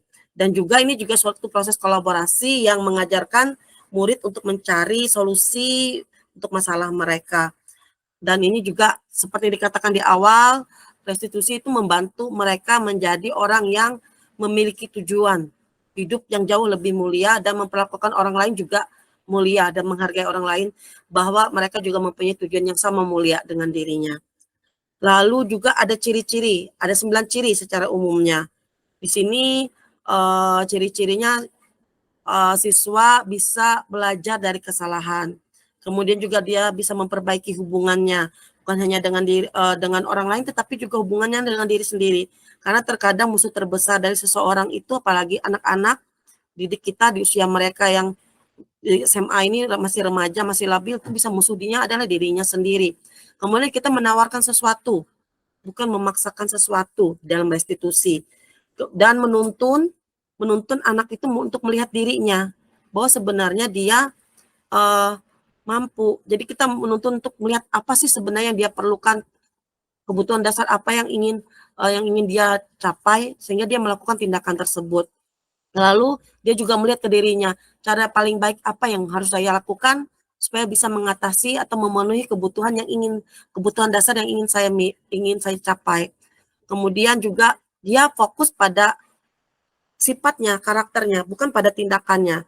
Misalnya si anak itu ketika saya contohkan di awal, ketika anak itu berteriak, di samping kita tiba-tiba berteriak itu, kita tidak mengatakan bahwa anak ini memang benar-benar kurang sopan. Tetapi padahal kita kenal, jadi kita lebih fokus ke karakternya. Anak ini sebenarnya anak baik, kenapa tiba-tiba dia berbuat seperti itu? Atau taruhlah anak ini memang sering berbuat kesalahan, tetapi kenapa dia melakukan kesalahan tersebut? Padahal dia bisa berubah. Jadi kita fokus cari solusi yang membuat dia, murid itu atau membuat seseorang itu, ketika dia berbuat salah kan dia merasa ada sesuatu yang berbeda, tetapi kita memperbaikinya sehingga dia ketika kembali lagi merasa jauh lebih percaya diri dan jauh lebih baik lagi. Kemudian hal-hal yang bisa membantu kita, karena tadi dikatakan ada 2 motivasi, yang pertama motivasi intrinsik dan yang kedua intrinsik. Jadi kita perlu menggali motivasi intrinsik itu dalam diri seseorang. Apa saja yang perlu kita lakukan? Yang pertama kita menerapkan keyakinan kelas. Apa itu keyakinan kelas? Kan peraturan sudah cukup. Mengapa harus keyakinan kelas? Nah, di sini kita bisa lihat contohnya Bapak Ibu, contohnya kita ada aturan. Kalau kita menggunakan helm, kalau untuk yang menggunakan roda 2, kalau kita pakai motor pasti harus pakai helm. Karena aturannya bilang pakai helm. Lalu di zaman COVID dulu ada aturan 3 meter. Waktu zaman COVID harus menggunakan masker, harus cuci tangan, jaga jarak 1,5 meter katanya. Lalu ada lagi peraturan, khususnya dalam kegiatan-kegiatan kita sebagai guru jadi contoh nih, harus datang tepat waktu. Kenapa tidak hanya peraturan saja? Kenapa harus buat keyakinan kelas? Nah, kalau peraturan itu dibuat dari luar untuk mendisiplinkan kita. Jadi prosesnya ekstrinsik, sedangkan yang kita inginkan adalah proses kedisiplinan itu bukan hanya ketika kita ada di sana, tetapi juga ketika kita tidak ada, yaitu dia sadar untuk melakukan hal disiplin itu dari dirinya sendiri. Sehingga ketika dia melakukan motivasi, mempunyai motivasi intrinsik, dia akan bisa melihat nilai-nilai atau keyakinan-keyakinan yang baik. Mengapa dia harus melakukan peraturan-peraturan tersebut. Contohnya, kalau keyakinan, kalau pakai helm, saya jauh lebih semangat. Saya yakin, jadi nggak ada polisi, tidak ada razia, saya tetap pakai helm. Karena menurut saya yakin kepala saya akan jauh lebih aman kalau misalnya tiba-tiba walau-walam tiba-tiba terjadi kecelakaan, kepala saya jauh lebih aman. Ketika terbentur akan mengurangi kemungkinan geger otak seperti itu. Lalu ketika saat COVID saya menggunakan masker. Sampai saat ini pun kadang-kadang saya yakin ketika saya menggunakan masker di kerumunan orang banyak, saya akan merasa sehat. Jadi tidak perlu lagi harus ada aturan-aturan begini. Saya akan segera mencuci tangan karena saya yakin kalau saya sudah cuci tangan itu tangan saya pasti bersih. Baru bisa makan. Karena mungkin saya pegang banyak benda dan itu kotor, itu yakin. Sehingga tanpa ada orang yang mengawasi pun saya akan tetap melakukan hal tersebut. Sama dengan peraturan datang tepat waktu pada saat pelatihan. Karena saya guru, saya yakin saya datang lebih awal itu saya bisa lebih siap mempersiapkan diri akan apa yang akan terjadi, apa yang akan saya dapatkan, apa hal yang harus saya lakukan pada saat pelatihan. Dan itu manfaatnya jauh lebih banyak daripada saya datang terlambat. Itu adalah keyakinan saya. Itu yang ingin kita gali, itu yang ingin kita tingkatkan, motivasi dari dalam diri, bukan dari luar diri. Sehingga peraturan kelas itu, skopnya kalau kita buat peraturan kelas hanya di kelas itu. Jadi saya kasih contoh, kalau saya ngajar, saya punya peraturan, tetapi kalau ketika saya keluar dari kelas, maka peraturan itu tidak akan pernah berlaku. Tetapi jika itu adalah keyakinan kelas, keyakinan bersama, ketika saya keluar mengajar dari kelas tersebut, masuk lagi guru lain, misalnya Pak Berkat matematika, siswanya tetap akan siap mengikuti pembelajaran. Lalu masuk lagi Ibu Reta, siswanya akan siap mengikuti pelajaran. Karena mereka yakin mengikuti pelajaran itu akan membuat mereka menjadi lebih baik.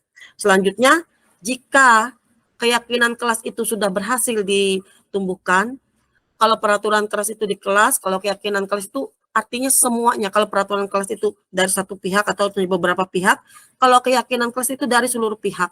Kemudian membuat lingkungan positif. Jadi misalnya kita lakukan misalnya di SMA Negeri 2 Palangkaraya.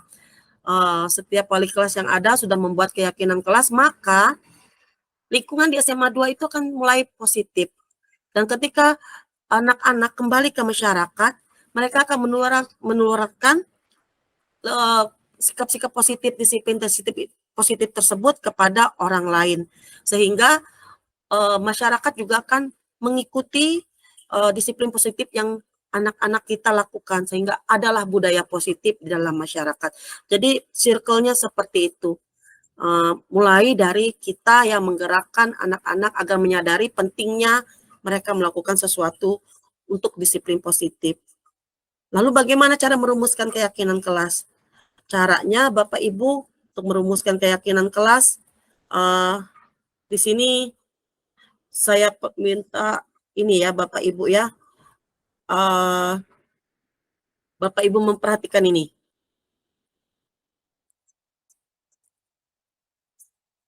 Apakah terlihat Bapak Ibu? ada dua kesepakatan kelas yang ada, yang A dan B.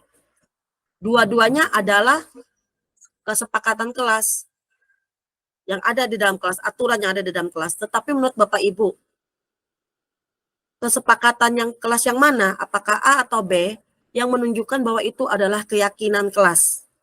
Silakan diketik di kolom chatnya, apakah yang A merupakan hasil dari keyakinan kelas ataukah yang B merupakan hasil dari keyakinan kelas. Saya persilakan Bapak Ibu untuk mengklik jawabannya.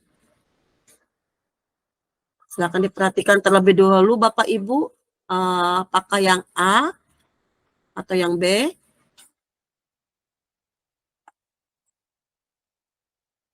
Ibu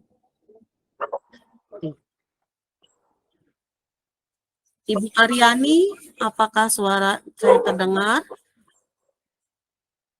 Ibu Aryani? Oh, Ibu Leli sudah menjawab yang B. Baik, terima kasih Bu Leli. Ada lagi? Baik, karena Ibu Leli menjawab B. Bu Leli boleh bantuannya mengapa Ibu Leli memilih B itu adalah hasil kesepakatan kelas. Silakan Ibu Leli untuk memberikan pendapatnya. Ibu. Ya. Halo, Ibu Leli, apa dengar? Oh ya, silakan Bu Leli.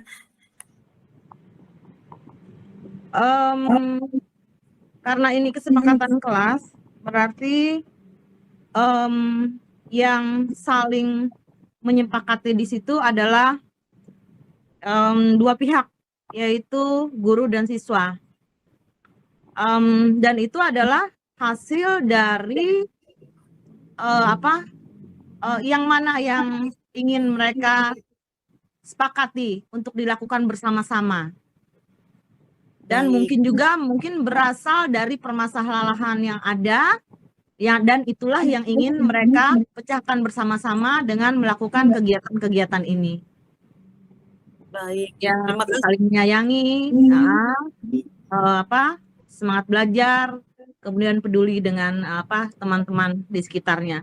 Jadi asalnya itu sebenarnya adalah hasil identifikasi masalah dari yang ada di situ, kita tanyakan, kita rasakan bersama-sama dengan siswa, dan memunculkan solusi apa nih yang akan kita lakukan bersama-sama. Jadi seperti itu. Terima kasih.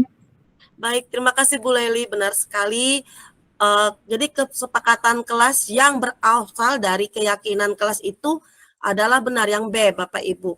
Kalau yang A itu kan datang tepat waktu, mengucapkan salam, ini sepertinya biasa saja.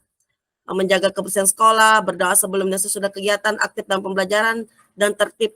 5 hal ini sudah menjadi kebiasaan, dan itu biasanya sudah ditetapkan dari sekolah. Tetapi jika B, yang B, itu keyakinan kelas. Ada kesepakatan, namanya sepakat kan berarti ada dua pihak yang saling menyetujui sama satu pemikiran. Jadi di sini mereka juga menuliskannya dengan kalimat-kalimat kami guru dan murid yang saling menyayangi. Jadi benar sekali kata Ibu Leli jelaskan bagaimana cara membuat kesepakatan kelas. Jadi awali dengan kita melihat apa yang ada di kelas yang perlu disepakati antara ibu, bapak sebagai guru di dalam kelas dan juga siswa yang ada di sana, sehingga masing-masing merasa kebutuhannya, keperluannya dipenuhi. Bapak ibu yang masuk ke dalam kelas menyayangi murid, murid pun akan merasa oh ya saya menyayangi guru saya, dan murid-murid juga ini seperti yakin ya menyepakati bahwa mereka adalah orang yang bersemangat dan juga mereka juga peduli dengan teman. Jadi mereka ketika mereka mulai lesu, mereka akan teringat, oh ya saya kan adalah siswa yang bersemangat. Jadi seperti itu Bapak Ibu. Terima kasih sekali lagi untuk Bu Leli yang membantu menjelaskan juga. Yang pasti keyakinan kelas itu Bapak Ibu kita menggunakan tabel T dan Y untuk mengerjakannya. Di sini contohnya ada hormat. Misalnya untuk hormat itu seperti apa? Hormat itu menurut kami, kita jadi menyepakati. Yang menurut pendapat saya kalau hormat itu meyakini bahwa sangat penting untuk menghormati semua orang dan juga barang milik orang lain. Nah, siswa juga sependapat iya, kalau menghormati itu berarti kita menghormati semua barang, orang, dan juga orangnya itu. Tuh. Dan itu yang hormat itu seperti apa? Oke, jadi kita lihat secara tabel Y itu dari 3 sudut. Tabel Y itu artinya kita melihat dari 3 sudut. Indikatornya, hormat itu seperti apa ya? Terdengar seperti apa, terlihat seperti apa, berperilaku seperti apa. Atau kita bisa menggunakan tabel T. Hormat itu jika dia berpenampilan seperti ini. Atau dia dianggap tidak hormat jika tidak menampakkan hal seperti ini. Sama juga jika bisa kita katakan bekerja. Kita gunakan tabel Y, itu kita lihat dari 3 sisi indikatornya. Kalau terdengar seperti apa, berperilaku seperti apa, terlihat seperti apa, bahwa orang itu bekerja. Atau menggunakan tabel T, jadi dari 2 sisi saja kita lihat. Dia akan dikatakan bekerja jika dia menampilkan sikap seperti apa, atau dia dikatakan tidak bekerja jika dia menampilkan sikap seperti apa. Nah, di sini dijelaskan lebih lagi Bapak Ibu contohnya. Contohnya jika dia hormat. Kita ingin menekankan kata hormat untuk jadi keyakinan kelas kita sehingga muncul. Orang hormat itu terdengar seperti apa bisa kita dengar orang itu berbicara dengan hormat. Yuk, saya bantu. Oh, berarti dia hormat. Kita bisa selesaikan ini bersama. Atau ada kata terima, tolong ya, berarti dia hormat. Bukan hanya dengan guru tetapi dengan temannya. Ketika dia mengatakan tolong ya, berarti dia menghormati temannya. Terlihat seperti apa orang yang hormat itu? Dia akan mendengarkan dengan seksama. Jadi ketika temannya berbicara, dia akan mendengarkan. Atau ketika dia memegang barang milik orang lain, hanya dengan pegang, jadi dia menjaga, tidak sembarangan menjaga barang. Itu akan terlihat hormat. Bagaimana perilaku dia hormat? Dia akan tersenyum ramah dengan orang lain. Dia akan memberikan ruang untuk bekerja. Jadi kalau misalnya saya lagi mengerjakan tugas, temannya lagi mengerjakan tugas, dia akan menunjukkan rasa hormatnya terhadap teman itu jika dia tidak mengganggu temannya mengerjakan tugas. Itu adalah indikator yang menunjukkan seseorang bersifat hormat. Atau kita menggunakan tabel T, silakan Pak Berkat. Atau kita menggunakan tabel T di mana seseorang dianggap hormat jika dia datang tepat waktu. Pada saat saya mengajar, saya akan menganggap anak itu hormat jika anak itu datang tepat waktu ke dalam kelas pada saat jam saya. Terus dia bisa menyapa teman-temannya selamat pagi, atau juga menyapa saya selamat pagi Bu, apa kabar Bu, itu saya anggap itu hormat. Atau juga ketika dia meminjam, misalnya dia pinjam pulpen temannya, dia akan mengucapkan terima kasih kepada temannya. Menurut saya itu adalah indikator bahwa seseorang itu atau anak itu menunjukkan sikap hormat. Tetapi anak itu akan dikatakan tidak hormat jika dia sering terlambat, berarti dia tidak menghormati saya. Itu contoh keyakinan kelas. Kalau ada misalnya saya masuk kelas dia acuh tidak acuh, berarti anak ini tidak hormat. Nah, keyakinan ini yang kita bagikan bersama. Jadi ada negosiasi satu dengan yang lain. Jadi mereka tahu apakah kita menggunakan tabel T. Tabel T berarti kita melihat dari 3 sisi, dari yang terlihat, terdengar, dan yang dilakukan. Atau hanya dari 2 sisi menggunakan tabel T. Yang terlihat seperti ini, yang tidak terlihat seperti ini. Nah, dengan menggunakan tabel ini, itu bisa membantu kita menyusun keyakinan kelas. Jadi anak bisa melihat kita indikator apa yang kita tuntut. Siswa juga bisa memberikan masukan. Kami akan menunjukkan sikap hormat Bu. Jika seperti ini sebenarnya kami menghormati Ibu. Misalnya, Bu, jika Ibu datang, kami itu masih makan, tetapi kami ikuti masih minum sesekali pada saat jam pembelajaran. Itu bukan kami tidak hormat, tapi kami masih menghormati Ibu hanya karena haus. Nah, artinya ketika tiba-tiba saya mengajar anak itu minum, saya tidak akan menganggap bahwa anak itu tidak menghormati saya, karena sudah menyepakati bahwa ketika dia minum saat saya mengajar itu, sebenarnya dia tetap menghormati saya. Jadi seperti itu untuk membuat keyakinan kelas. Ada 2 sisi, jadi win-win solution. Yang terakhir, contohnya, selalu mengembalikan buku ke tempatnya. Kenapa buku harus selalu dikembalikan ke tempatnya? Karena dia yakin, sebentar Bapak Ibu, karena dia yakin bahwa itu menunjukkan sikap tanggung jawab. Lalu misalnya ketika kita mengajar, siswa dilarang mengganggu siswa lainnya.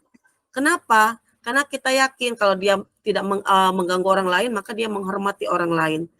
Lalu sama ini, dilarang melakukan kekerasan. Itu peraturan. Jadi kalau peraturan itu sebenarnya lebih menggunakan kata-kata negatif. Dilarang. Perintah lebih kepada perintah. Jangan berlari.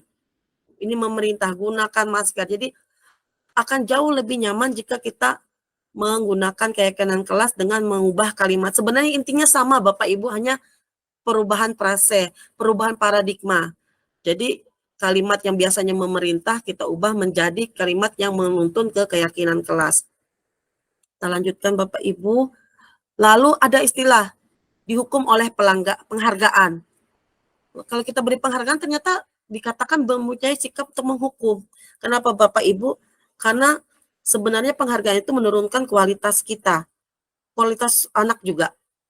Ketika kita memberikan penghargaan seperti tadi, anak itu akan mendapatkan sebatang coklat jika dia mendapatkan nilai 100. Bisa jadi dia akan puas dengan nilai 100 itu. Jadi yang penting aku dapat 100, dapat coklat juga. Tanpa memikirkan sebenarnya dia jauh lebih baik lagi jika dia mau berusaha. Lalu penghargaan juga bisa mematikan kreativitas. Contohnya apa? Contoh misalnya dalam pelajaran saya, cukupnya sama Ibu Retno itu saya hanya menjawab soal. Atau saya hanya mengerjakan soalnya, membuat video hanya seperti ini. Jadi dia tidak menaikkan kreativitas karena hanya cukup, sudah sesuai, sudah dihargai kok sama Bu Retno. Jadi dia tidak akan lebih berkreativitas lagi. Dan juga mengurangi motivasi intrinsiknya. Jadi yang dulunya suka belajar bahasa Inggris karena misalnya ingin melanjutkan sekolah di luar negeri, tidak akan terlalu memikirkan lagi, cukup saya aja belajar sampai segini, bahasa Inggrisnya bisa dapat nilai tinggi kok. Sehingga dia tidak termotivasi lagi untuk meningkatkan, mengembangkan kemampuannya. Itulah mengapa tadi di awal dikatakan, apakah memberikan hadiah itu untuk meningkatkan motivasi itu baik? Benar, bisa jika sesuai pada tempatnya. Contohnya ketika naikkan kelas, kita memberikan penghargaan kepada siswa yang berhasil mendapat nilai baik di semua bidang sehingga mendapat rata-rata tinggi, kita memberikan hadiah, misalnya penghargaan berupa sertifikat penghargaan. Boleh, tetapi tidak setiap saat. Sama seperti coklat kalau dimakan setiap hari, setiap saat, dan juga sama seperti gula setiap hari, setiap saat, ya jadinya diabetes, jadi sakit, malah jadi penyakit. Jadi penghargaan itu juga ternyata bisa menjadi sebuah hukuman bagi seseorang. Contoh biasanya dia, contoh misalnya saya mengajar, kamu memang hebat, bahasa Inggrismu bagus, saya puji. Itu sebenarnya tanpa sadar saya sudah mematikan kreativitasnya untuk lebih lagi. Dan ketika suatu hari temannya datang dengan nilai yang jauh lebih tinggi dari dia, itu akan menyakitkan hati anak tersebut. Jadi penghargaan itu kita pilih lagi kapan dan di mana saatnya. Lalu bentuk kebajikan apresiasi. Mulai sekarang kita belajar memberikan penghargaan itu bisa dalam bentuk apresiasi. Justru itu juga bisa meningkatkan motivasi intrinsik seorang anak. Kenapa? Karena itu adalah memberikan pengakuan khusus terhadap dia. Kita bisa jadi misalnya, hebat si A kamu begini, hebat si B kamu begini. Nah, lalu bagaimana cara memberikan apresiasi yang baik? Ini kita pakai pola tiga ruang ya. Yang pertama kita awali dengan pembukaan. Lalu kita pembukaannya misalnya sama pagi, saya terima kasih ya. Kemarin saya lihat bla bla bla gitu, atau saya menghargai hasil karyamu. Jadi kita awali dulu dengan pujian di awal, tetapi apa yang dipuji kita fokus ke kebajikannya, nilai yang dipuji. Contohnya saya menghargai, apa yang dihargai? Kepeduliannya dalam apa, baru kita masukkan situasinya. Jadi cara memberikan penghargaan yang baik, apresiasi kebajikan yang baik, kita menggunakan 3 tahap. Yang pertama, puji, berilah kata-kata pujian di awal, tetapi kemudian ditambah lagi, diperjelas lagi dengan apa yang dipuji. Kemudian lalu situasinya apa. Sebagai contoh, di luar dari contoh di sini saya katakan misalnya, saya sangat menghargai kerja kerasmu. Nilai kebajikannya berarti kerja kerasmu. Situasinya karena sudah mengerjakan tugas ini dengan mengambil referensi dari berbagai sumber. Berarti situasinya karena dia bekerja keras mencari informasi dari berbagai sumber sehingga dia patut diberikan apresiasi. Itu salah satu meningkatkan motivasi intrinsik selain dari keyakinan kelas. Kemudian bagaimana kita mengidentifikasi hukuman dengan konsekuensi? Saya persilahkan di sini. Apakah Pak Gus Ledi mendengar saya? Atau Bu Rami? Ada Bu Rami di sini. Ibu Ramiati atau Bu Martina? Ya, Ya, Bu Martina, mungkin di sini ada beberapa contoh tindakan guru.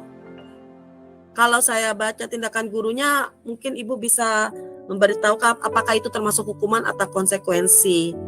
Misalnya saya mengatakan murid diminta untuk push up 15 kali karena tidak menggunakan masker di sekolah, apakah itu hukuman atau konsekuensi, Ibu? itu hukuman. Baik, itu adalah hukuman. Lalu kalau yang kedua, Ibu, kalau mengganti kertas tugas teman yang telah dicoret, apakah itu hukuman atau konsekuensi, Ibu? Itu merupakan konsekuensi karena itu bagian dari tanggung jawab. Baik, kan itu bagian bertanggung jawab. Benar sekali, Ibu. Kalau push up karena dia tidak menggunakan masker, alasannya sungguh luar biasa, langsung disuruh push up 15 kali, itu memang benar, itu termasuk hukuman.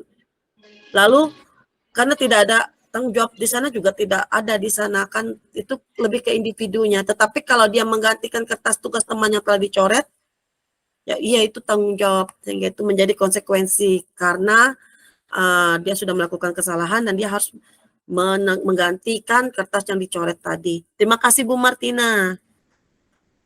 Lalu di sini kita juga memahami perbedaan hukuman dan konsekuensi. Jadi kalau hukuman itu sesuatu yang menyakitkan, itu harus terjadi, suka tidak suka, tapi kalau konsekuensi itu ya harusnya memang begitu, karena kamu melakukan kesalahan harusnya begitu.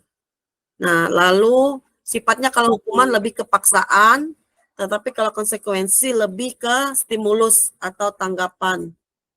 Kalau seseorang mendapatkan hukuman, maka anak itu akan mendapatkan konsep dirinya bahwa dia adalah seseorang yang buruk.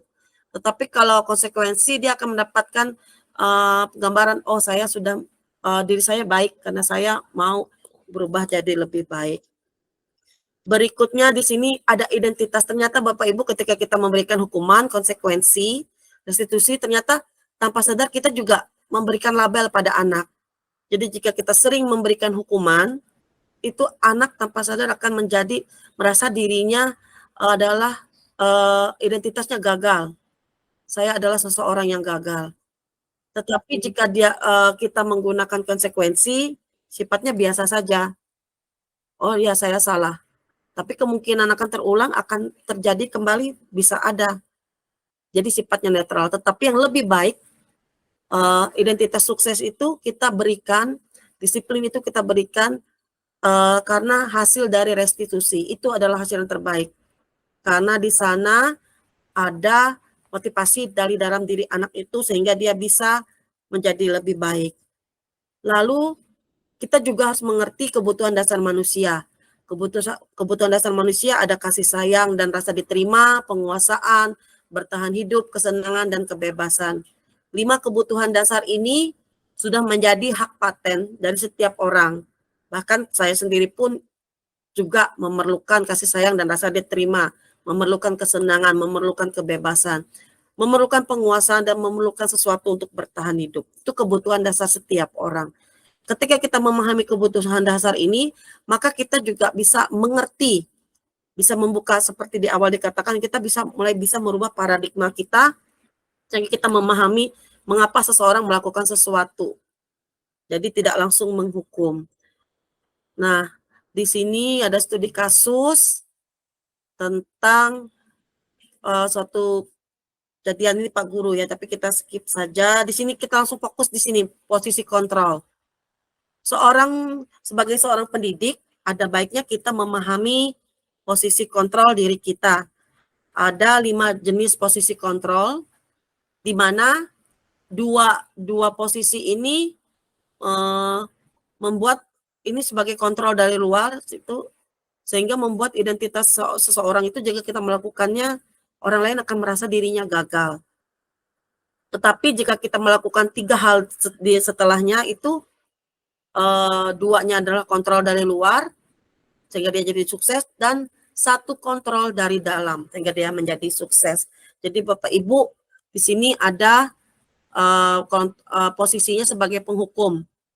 Ada juga posisinya membuat orang merasa bersalah. Itu dua-duanya kontrol dari kita. Kita merasa mengontrol orang lain, tetapi efeknya adalah orang yang kita kontrol itu akan merasa dirinya gagal. Tetapi jika kita melakukan pendekatan sebagai teman, lalu kita juga melakukan pendekatan sebagai pemantau, itu akan membuat seseorang berhasil. Tetapi karena kontrolnya dari luar, sehingga biasanya ketika kita jadi teman atau pemantau, siswa itu akan lebih mengharapkan imbalan atau ketergantungan pada kita.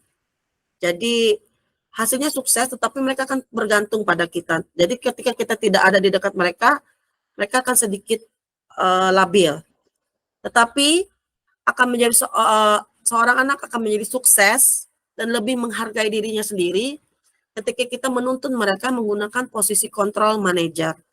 Jadi di posisi manajer ini kita hanya mengajukan pertanyaan, menggali kenapa Anda berbuat begitu, apakah Anda yakin tentang apa yang kau lakukan itu, yakin bisa memperbaiki diri, sehingga memunculkan motivasi intrinsik. Dan ketika anak itu terlepas dari pengawasan kita, anak itu tetap bisa menghargai dirinya sendiri dan bisa mengontrol dirinya sendiri sehingga menuju kesuksesan dari dirinya.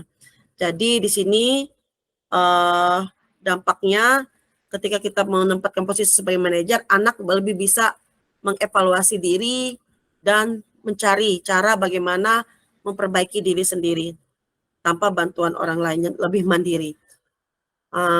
Di sini ada segitiga restitusi. Untuk menguatkan peran kita sebagai manajer, ada baiknya salah satu cara adalah kita menguatkan diri kita, membekali diri kita dengan segitiga restitusi. Segitiga restitusi itu adalah 3 langkah yang kita lakukan untuk untuk membuat anak itu sadar, akan kesalahannya. Yang pertama, langkah awal kita awali dengan menstabil identitas. Jadi ketika dia melakukan kesalahan, kita stabilkan identitasnya. Karena ketika orang melakukan kesalahan itu tanpa sadar, dia juga merasa dirinya gagal. Jadi ketika dia merasa gagal, kita ingin mengarahkan dia menjadi lebih baik, itu juga akan sia-sia.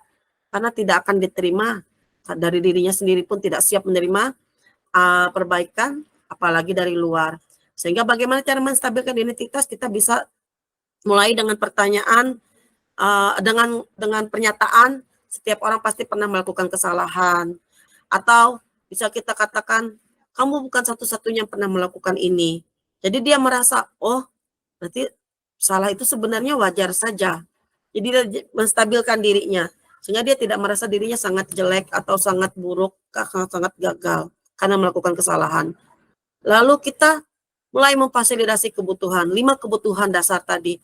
Ingin kesenangan, kebebasan, ingin disayangi, dan seterusnya. Yang ini tadi, penguasaan, bertahan hidup, kita gali. Dia sebenarnya membutuhkan apa? Dengan cara apa kita menggalinya? Yaitu dengan cara memberikan pertanyaan, adakah cara yang lebih efektif untuk mendapatkan apa yang kamu perlukan? Jadi dia suruh mencari sendiri, sebenarnya apa sih cara yang efektif untuk mengatasi permasalahanmu itu? Kita tawarkan dia mencari pemecah permasalahannya. Kemudian kita juga bisa menanyakan alasan mengapa kamu melakukan itu, sehingga dia akan memberikan keterangan yang membantu kita memvalidasi, oh ternyata anak ini perlu A, perlu B, perlu C. Kebutuhan dasarnya itu yang belum terpenuhi adalah A, B, C. Dan itu akan membantu kita mengarahkan dia untuk yakin dengan pemecahan masalah yang dia dapatkan. Dengan cara apa? Dengan cara kita mengembalikan dia pada nilai-nilai kesepakatan di awal. Contohnya menunjukkan sikap hormat itu tadi di keyakinan kelas tadi dikatakan bahwa di sini ditunjukkan bahwa salah satu keyakinan kelasnya, misalnya kesepakatan kelasnya kami guru dan murid saling menyayangi. Kita kembalikan, kenapa tadi berkelahi? Apa kesepakatan kelas kita? Dia akan teringat bahwa dia sepakat sesama teman itu saling menyayangi. Dan dia yakin bahwa dia itu bisa menyayangi orang lain dan dia juga disayangi oleh orang lain. Lalu bisa ditanyakan juga, kamu ingin menjadi orang yang seperti apa? Karena dia yakin dia adalah orang yang menyayangi orang lain, maka dia akan mengatakan keyakinannya itu. Sehingga itu akan membantu dia lebih kuat lagi memperbaiki diri. Dan ketika dia kembali, dia akan berusaha dari dirinya sendiri untuk memperbaiki dirinya. Jadi itu saya akan berikan contoh singkat Bapak Ibu untuk contoh segitiga restitusi dari siswa di kelas kita, di sekolah kita.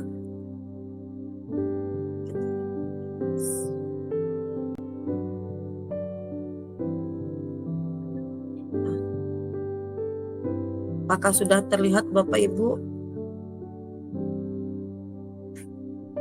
Ini salah satu cara untuk memecahkan kasus, memecahkan permasalahan. Contohnya di kelas saya, yaitu siswa yang sering tertidur saat pembelajaran di kelas. Selamat menyaksikan.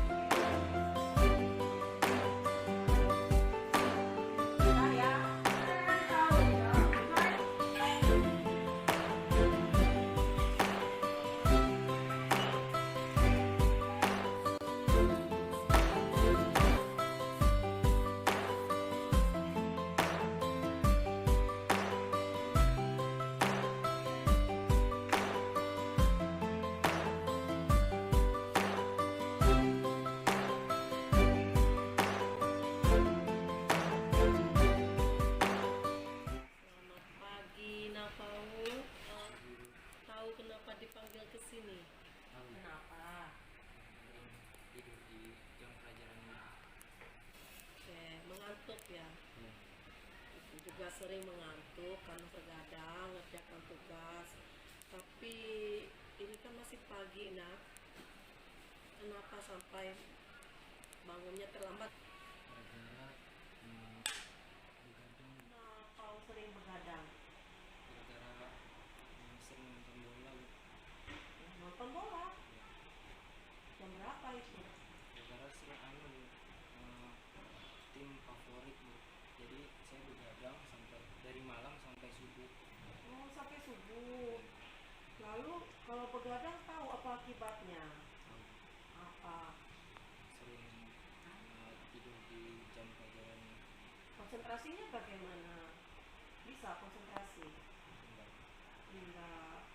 Lalu sarapan terlambat, kurang konsentrasi, apalagi akibatnya hari ini? Tadi juga bangunnya kesiangan Bu. Lalu selain bangun kesiangan apa lagi? Baju sama sepatu jadi saya. Oh, bajunya benar tapi nggak sempat setrika. Lalu apa rencana anak Paul kemudian? Saya tahu Bu, hari ini saya sudah melakukan banyak pelanggaran dan saya sadar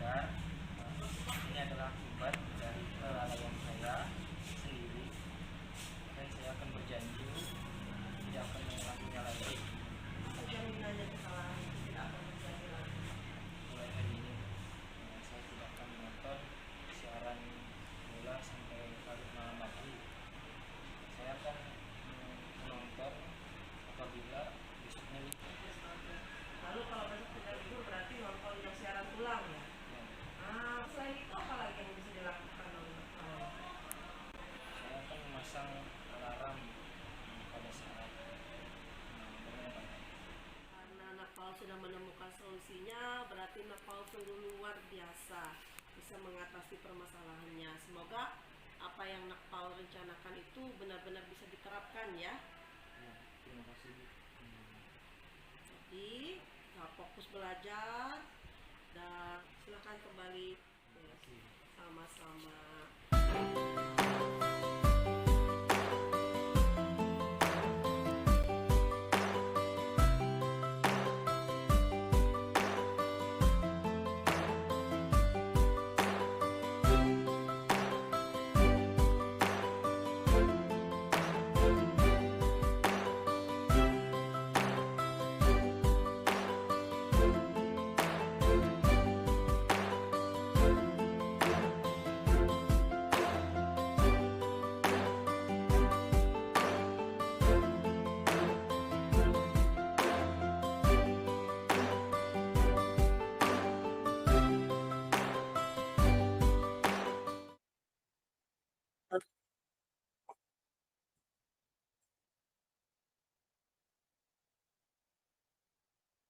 Baik,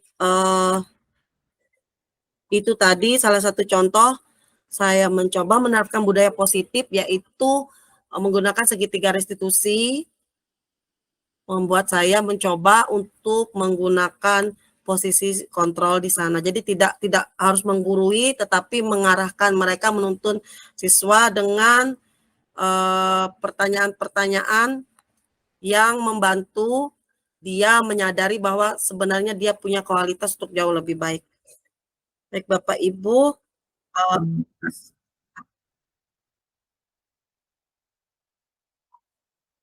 selanjutnya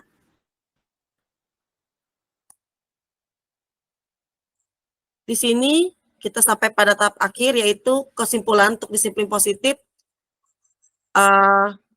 bahwa ada 4 hal yang harus kita ingat semua. Kita tidak bisa mengontrol orang lain, dan yang hanya bisa mengontrol diri kita adalah diri kita sendiri. Jadi yang bisa mengontrol kita adalah diri kita sendiri. Orang lain tidak akan pernah bisa mengontrol kita.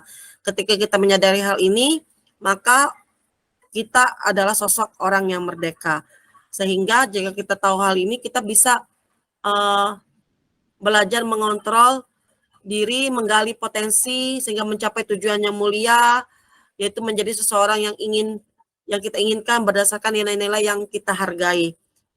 Dan di situ juga kita juga teori kontrol, memahami bahwa semua perilaku itu memiliki tujuan. Apapun yang dilakukan seseorang itu pasti ada tujuannya.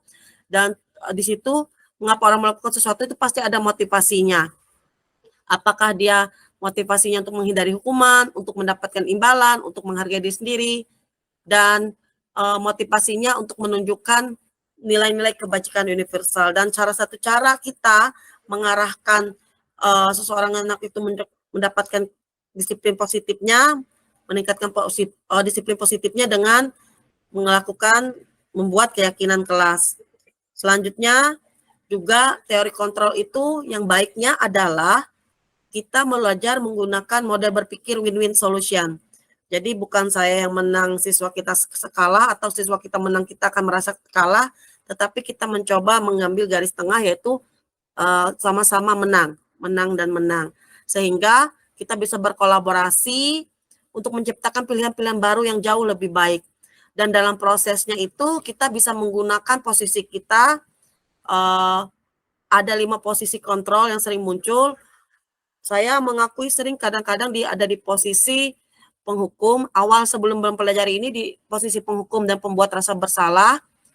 Tetapi kemudian dalam prosesnya kita perlu berlatih sehingga saya mencoba untuk menjadi teman, menjadi pemantau, dan akhirnya mencoba menjadi manajer.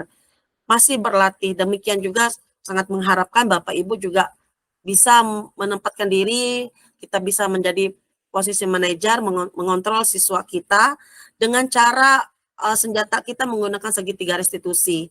Hanya 3 tahap saja Bapak Ibu, kita stabilkan identitas mereka ketika mereka mungkin lagi marah atau bagaimana, kita stabilkan identitas, karena ketika mereka sudah dalam keadaan stabil, akan lebih mudah kita mengetahui sebenarnya apa yang mereka perlukan, mengapa mereka melakukan hal tersebut.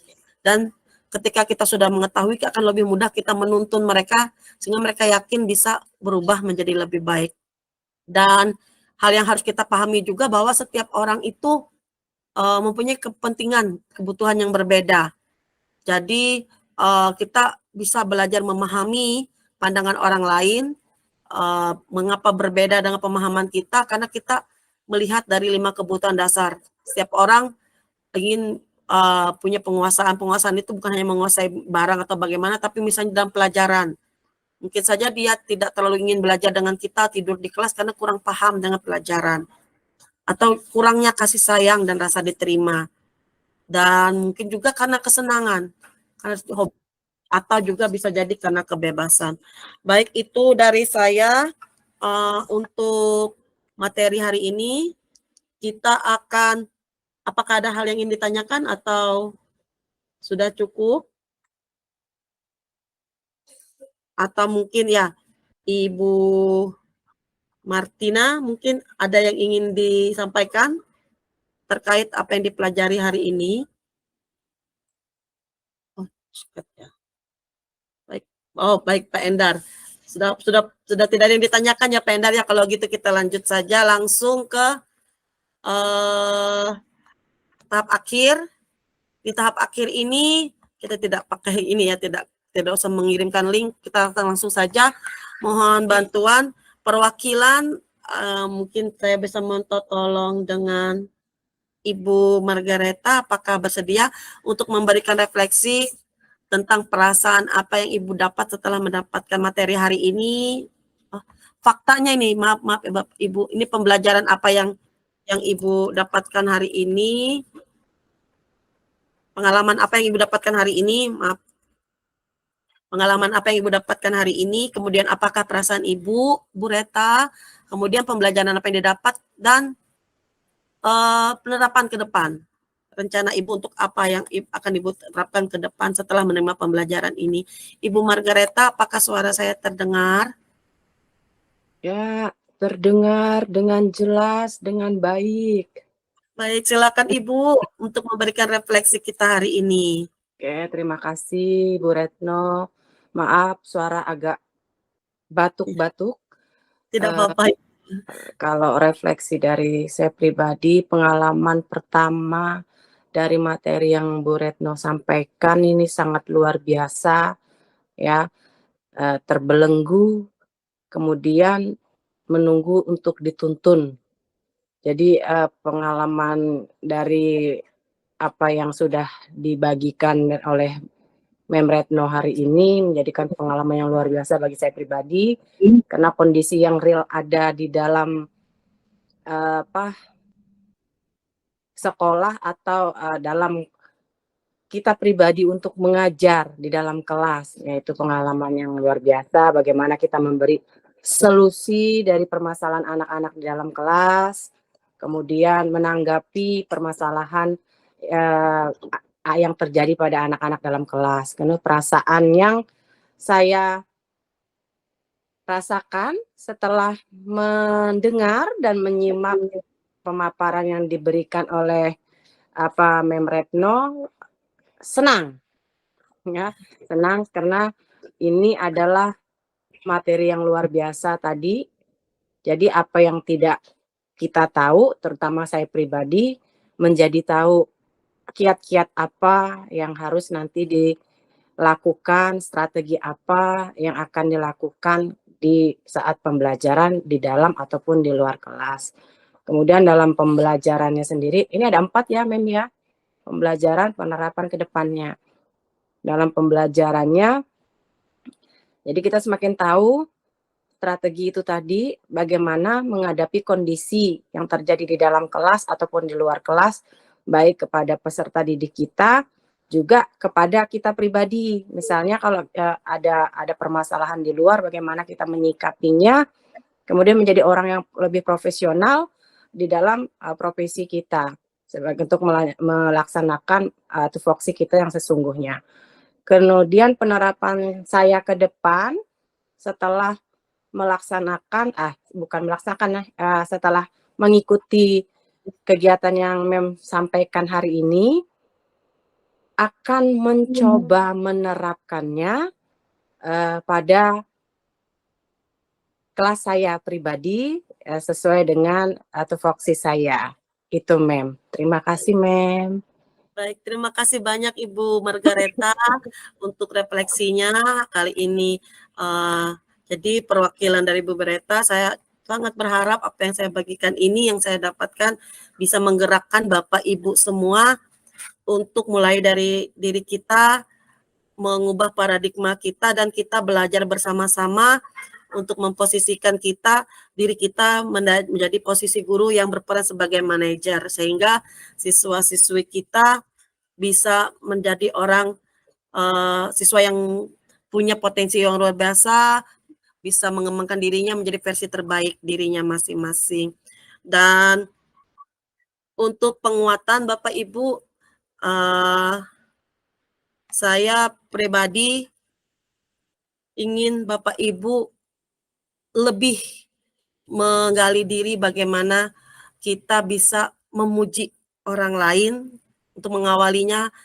Jadi ketika anak-anak itu pada saat ini memerlukan diri kita semua, memerlukan tuntunan kita semua, sehingga mereka lebih mengenal diri mereka, yang mungkin biasa di kelas atau di sekolah itu seperti memberontak, padahal mereka sebenarnya ingin dipenuhi kebutuhan dasarnya.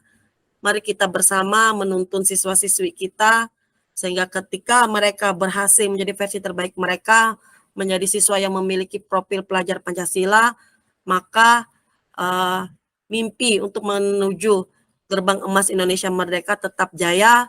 Dan ketika kita nanti di masa tua bisa menghabiskan masa tua kita dengan damai sentosa, karena karya anak-anak bangsa, di mana kita yang menuntun mereka menjadi versi terbaik mereka. Untuk itu, mari kita bersama dengarkan, menonton sejenak, belajar dari seorang anak kecil untuk belajar memuji orang lain. Karena ketika kita memuji orang lain, ternyata pengaruhnya sungguh luar biasa. Baik, saya akan bagikan video terakhir sebelum kita menutup kegiatan kita hari ini. Mari kita belajar memuji, memberi apresiasi untuk orang lain, sehingga terutama siswa kita, sehingga kita tidak perlu berpikiran harus memberi penghargaan yang seperti apa. Dengan apresiasi pun kita bisa menggali potensi diri mereka, menggali motivasi intrinsik mereka, sehingga mereka mau dengan kerelaan hati menjalankan budaya positif. Mari kita buktikan bersama.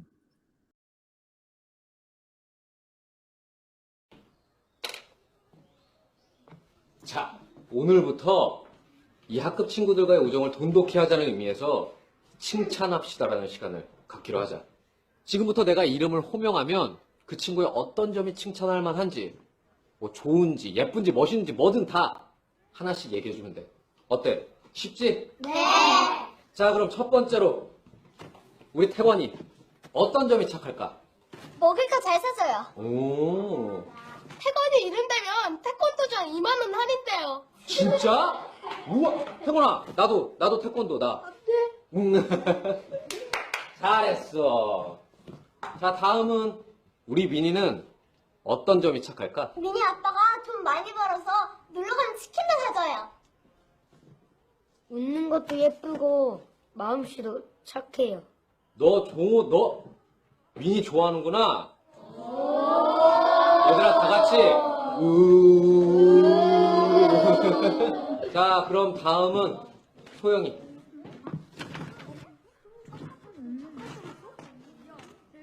이번엔 우리 소영이가 어떤 점이 착한지 한번 말해볼까?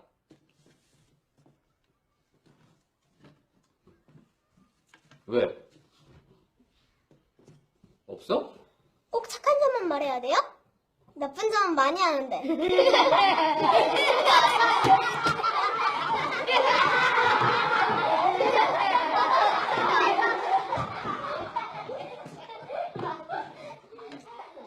진이는요, 매일 쉬는 시간마다 칠판 지우개 털어놔요. 지혜는 애들 머리 잘 묶어주고, 종호는 그저께 하영이 신발 주머니 찾아줬어요. 주은이는 연필, 지우개, 스케치북 이런 것도 잘 빌려주고, 지민이는 짝이 모르는 거 있으면 잘 가르쳐줘요. 그리고 민이는 동생이 2학년인데 좀 아파요. 그래서 매일 업고 학교에 왔다가 점심시간에 집에 데려다줘요. 주영이는 학교 끝나고 시장에서 엄마 일 잘 도와줘요. 할머니한테 갈 때마다 봤어요. 그리고 태권이는 체육 시간에 뜬틀이나 공 같은 거 제일 먼저 옮겨다 놓고요.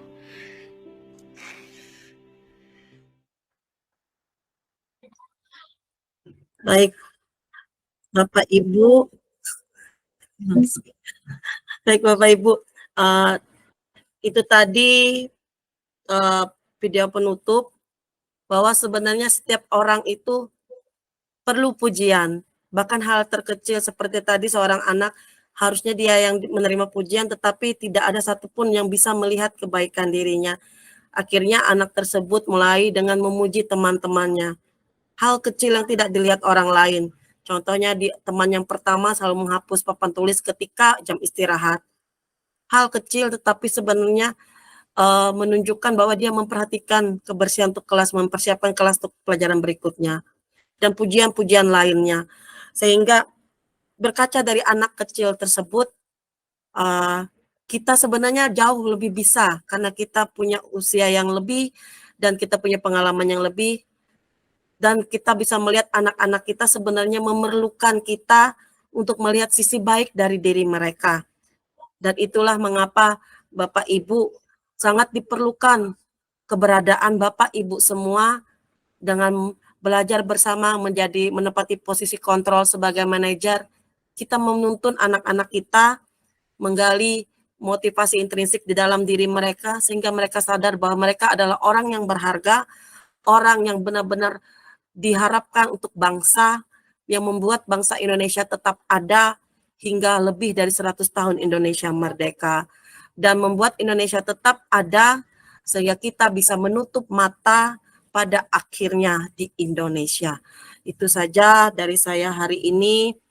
Semoga apa yang kita dapatkan hari ini bisa membantu kita menjadi termotivasi untuk mendampingi anak kita, untuk menuntun anak kita, sehingga mereka bisa memiliki budaya positif di dalam diri mereka. Sekali lagi saya pribadi mengucapkan terima kasih kepada Bapak Ibu untuk kesediaannya hadir dalam webinar kali ini yang sederhana kali ini.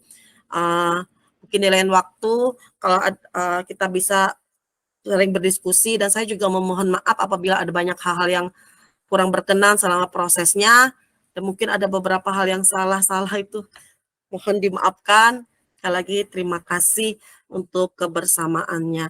Kita akan akhiri bersama pertemuan kita hari ini bersama Bapak Ibu yang luar biasa.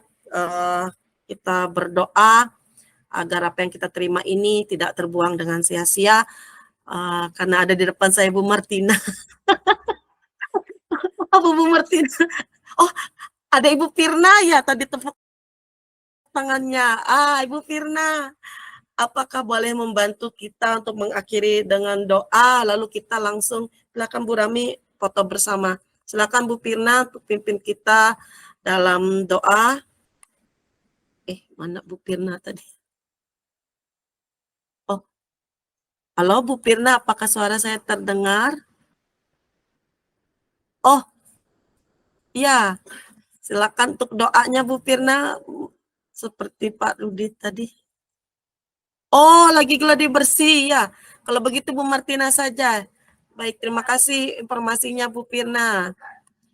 Silakan Bu Martina. Baik, terima kasih atas kesempatan yang diberikan. Marilah kita bersama-sama mengakhiri kegiatan ini dengan doa yang saya bawa dalam doa secara Kristen Protestan. Mari kita berdoa. Terima kasih Tuhan Yesus atas kebaikan-Mu hari lepas hari dalam kehidupan kami. sehingga pada hari ini kami dapat diberikan kesempatan untuk bertemu secara daring dalam wadah pembelajaran kami mengenai budaya positif. Biarlah apa yang kami dapatkan hari ini dari narasumber kami Bu Retno, biar itu bisa kami lakukan, kami terapkan dalam keseharian kami, dalam pembelajaran kami di kelas maupun secara umumnya di lingkungan sekolah kami. Terima kasih Tuhan Yesus, berkati kehidupan kami masing-masing. Dalam nama-Mu Tuhan Yesus, kami berdoa dan mengucap syukur. Amin. Amin. Akan foto bersama, tapi di sini tidak terlihat. Kami persilakan bagi Bapak Ibu yang masih ada di sini untuk membuka layar. Akan foto bersama. Kami persilakan bagi Bapak Ibu yang masih ada di sini untuk membuka layar. Akan foto bersama. Bagus Lady. Terima kasih Bapak Ibu yang luar biasa, Kak Lely dan semuanya. Kita akan foto bersama dulu baru siap 3, 2, 1.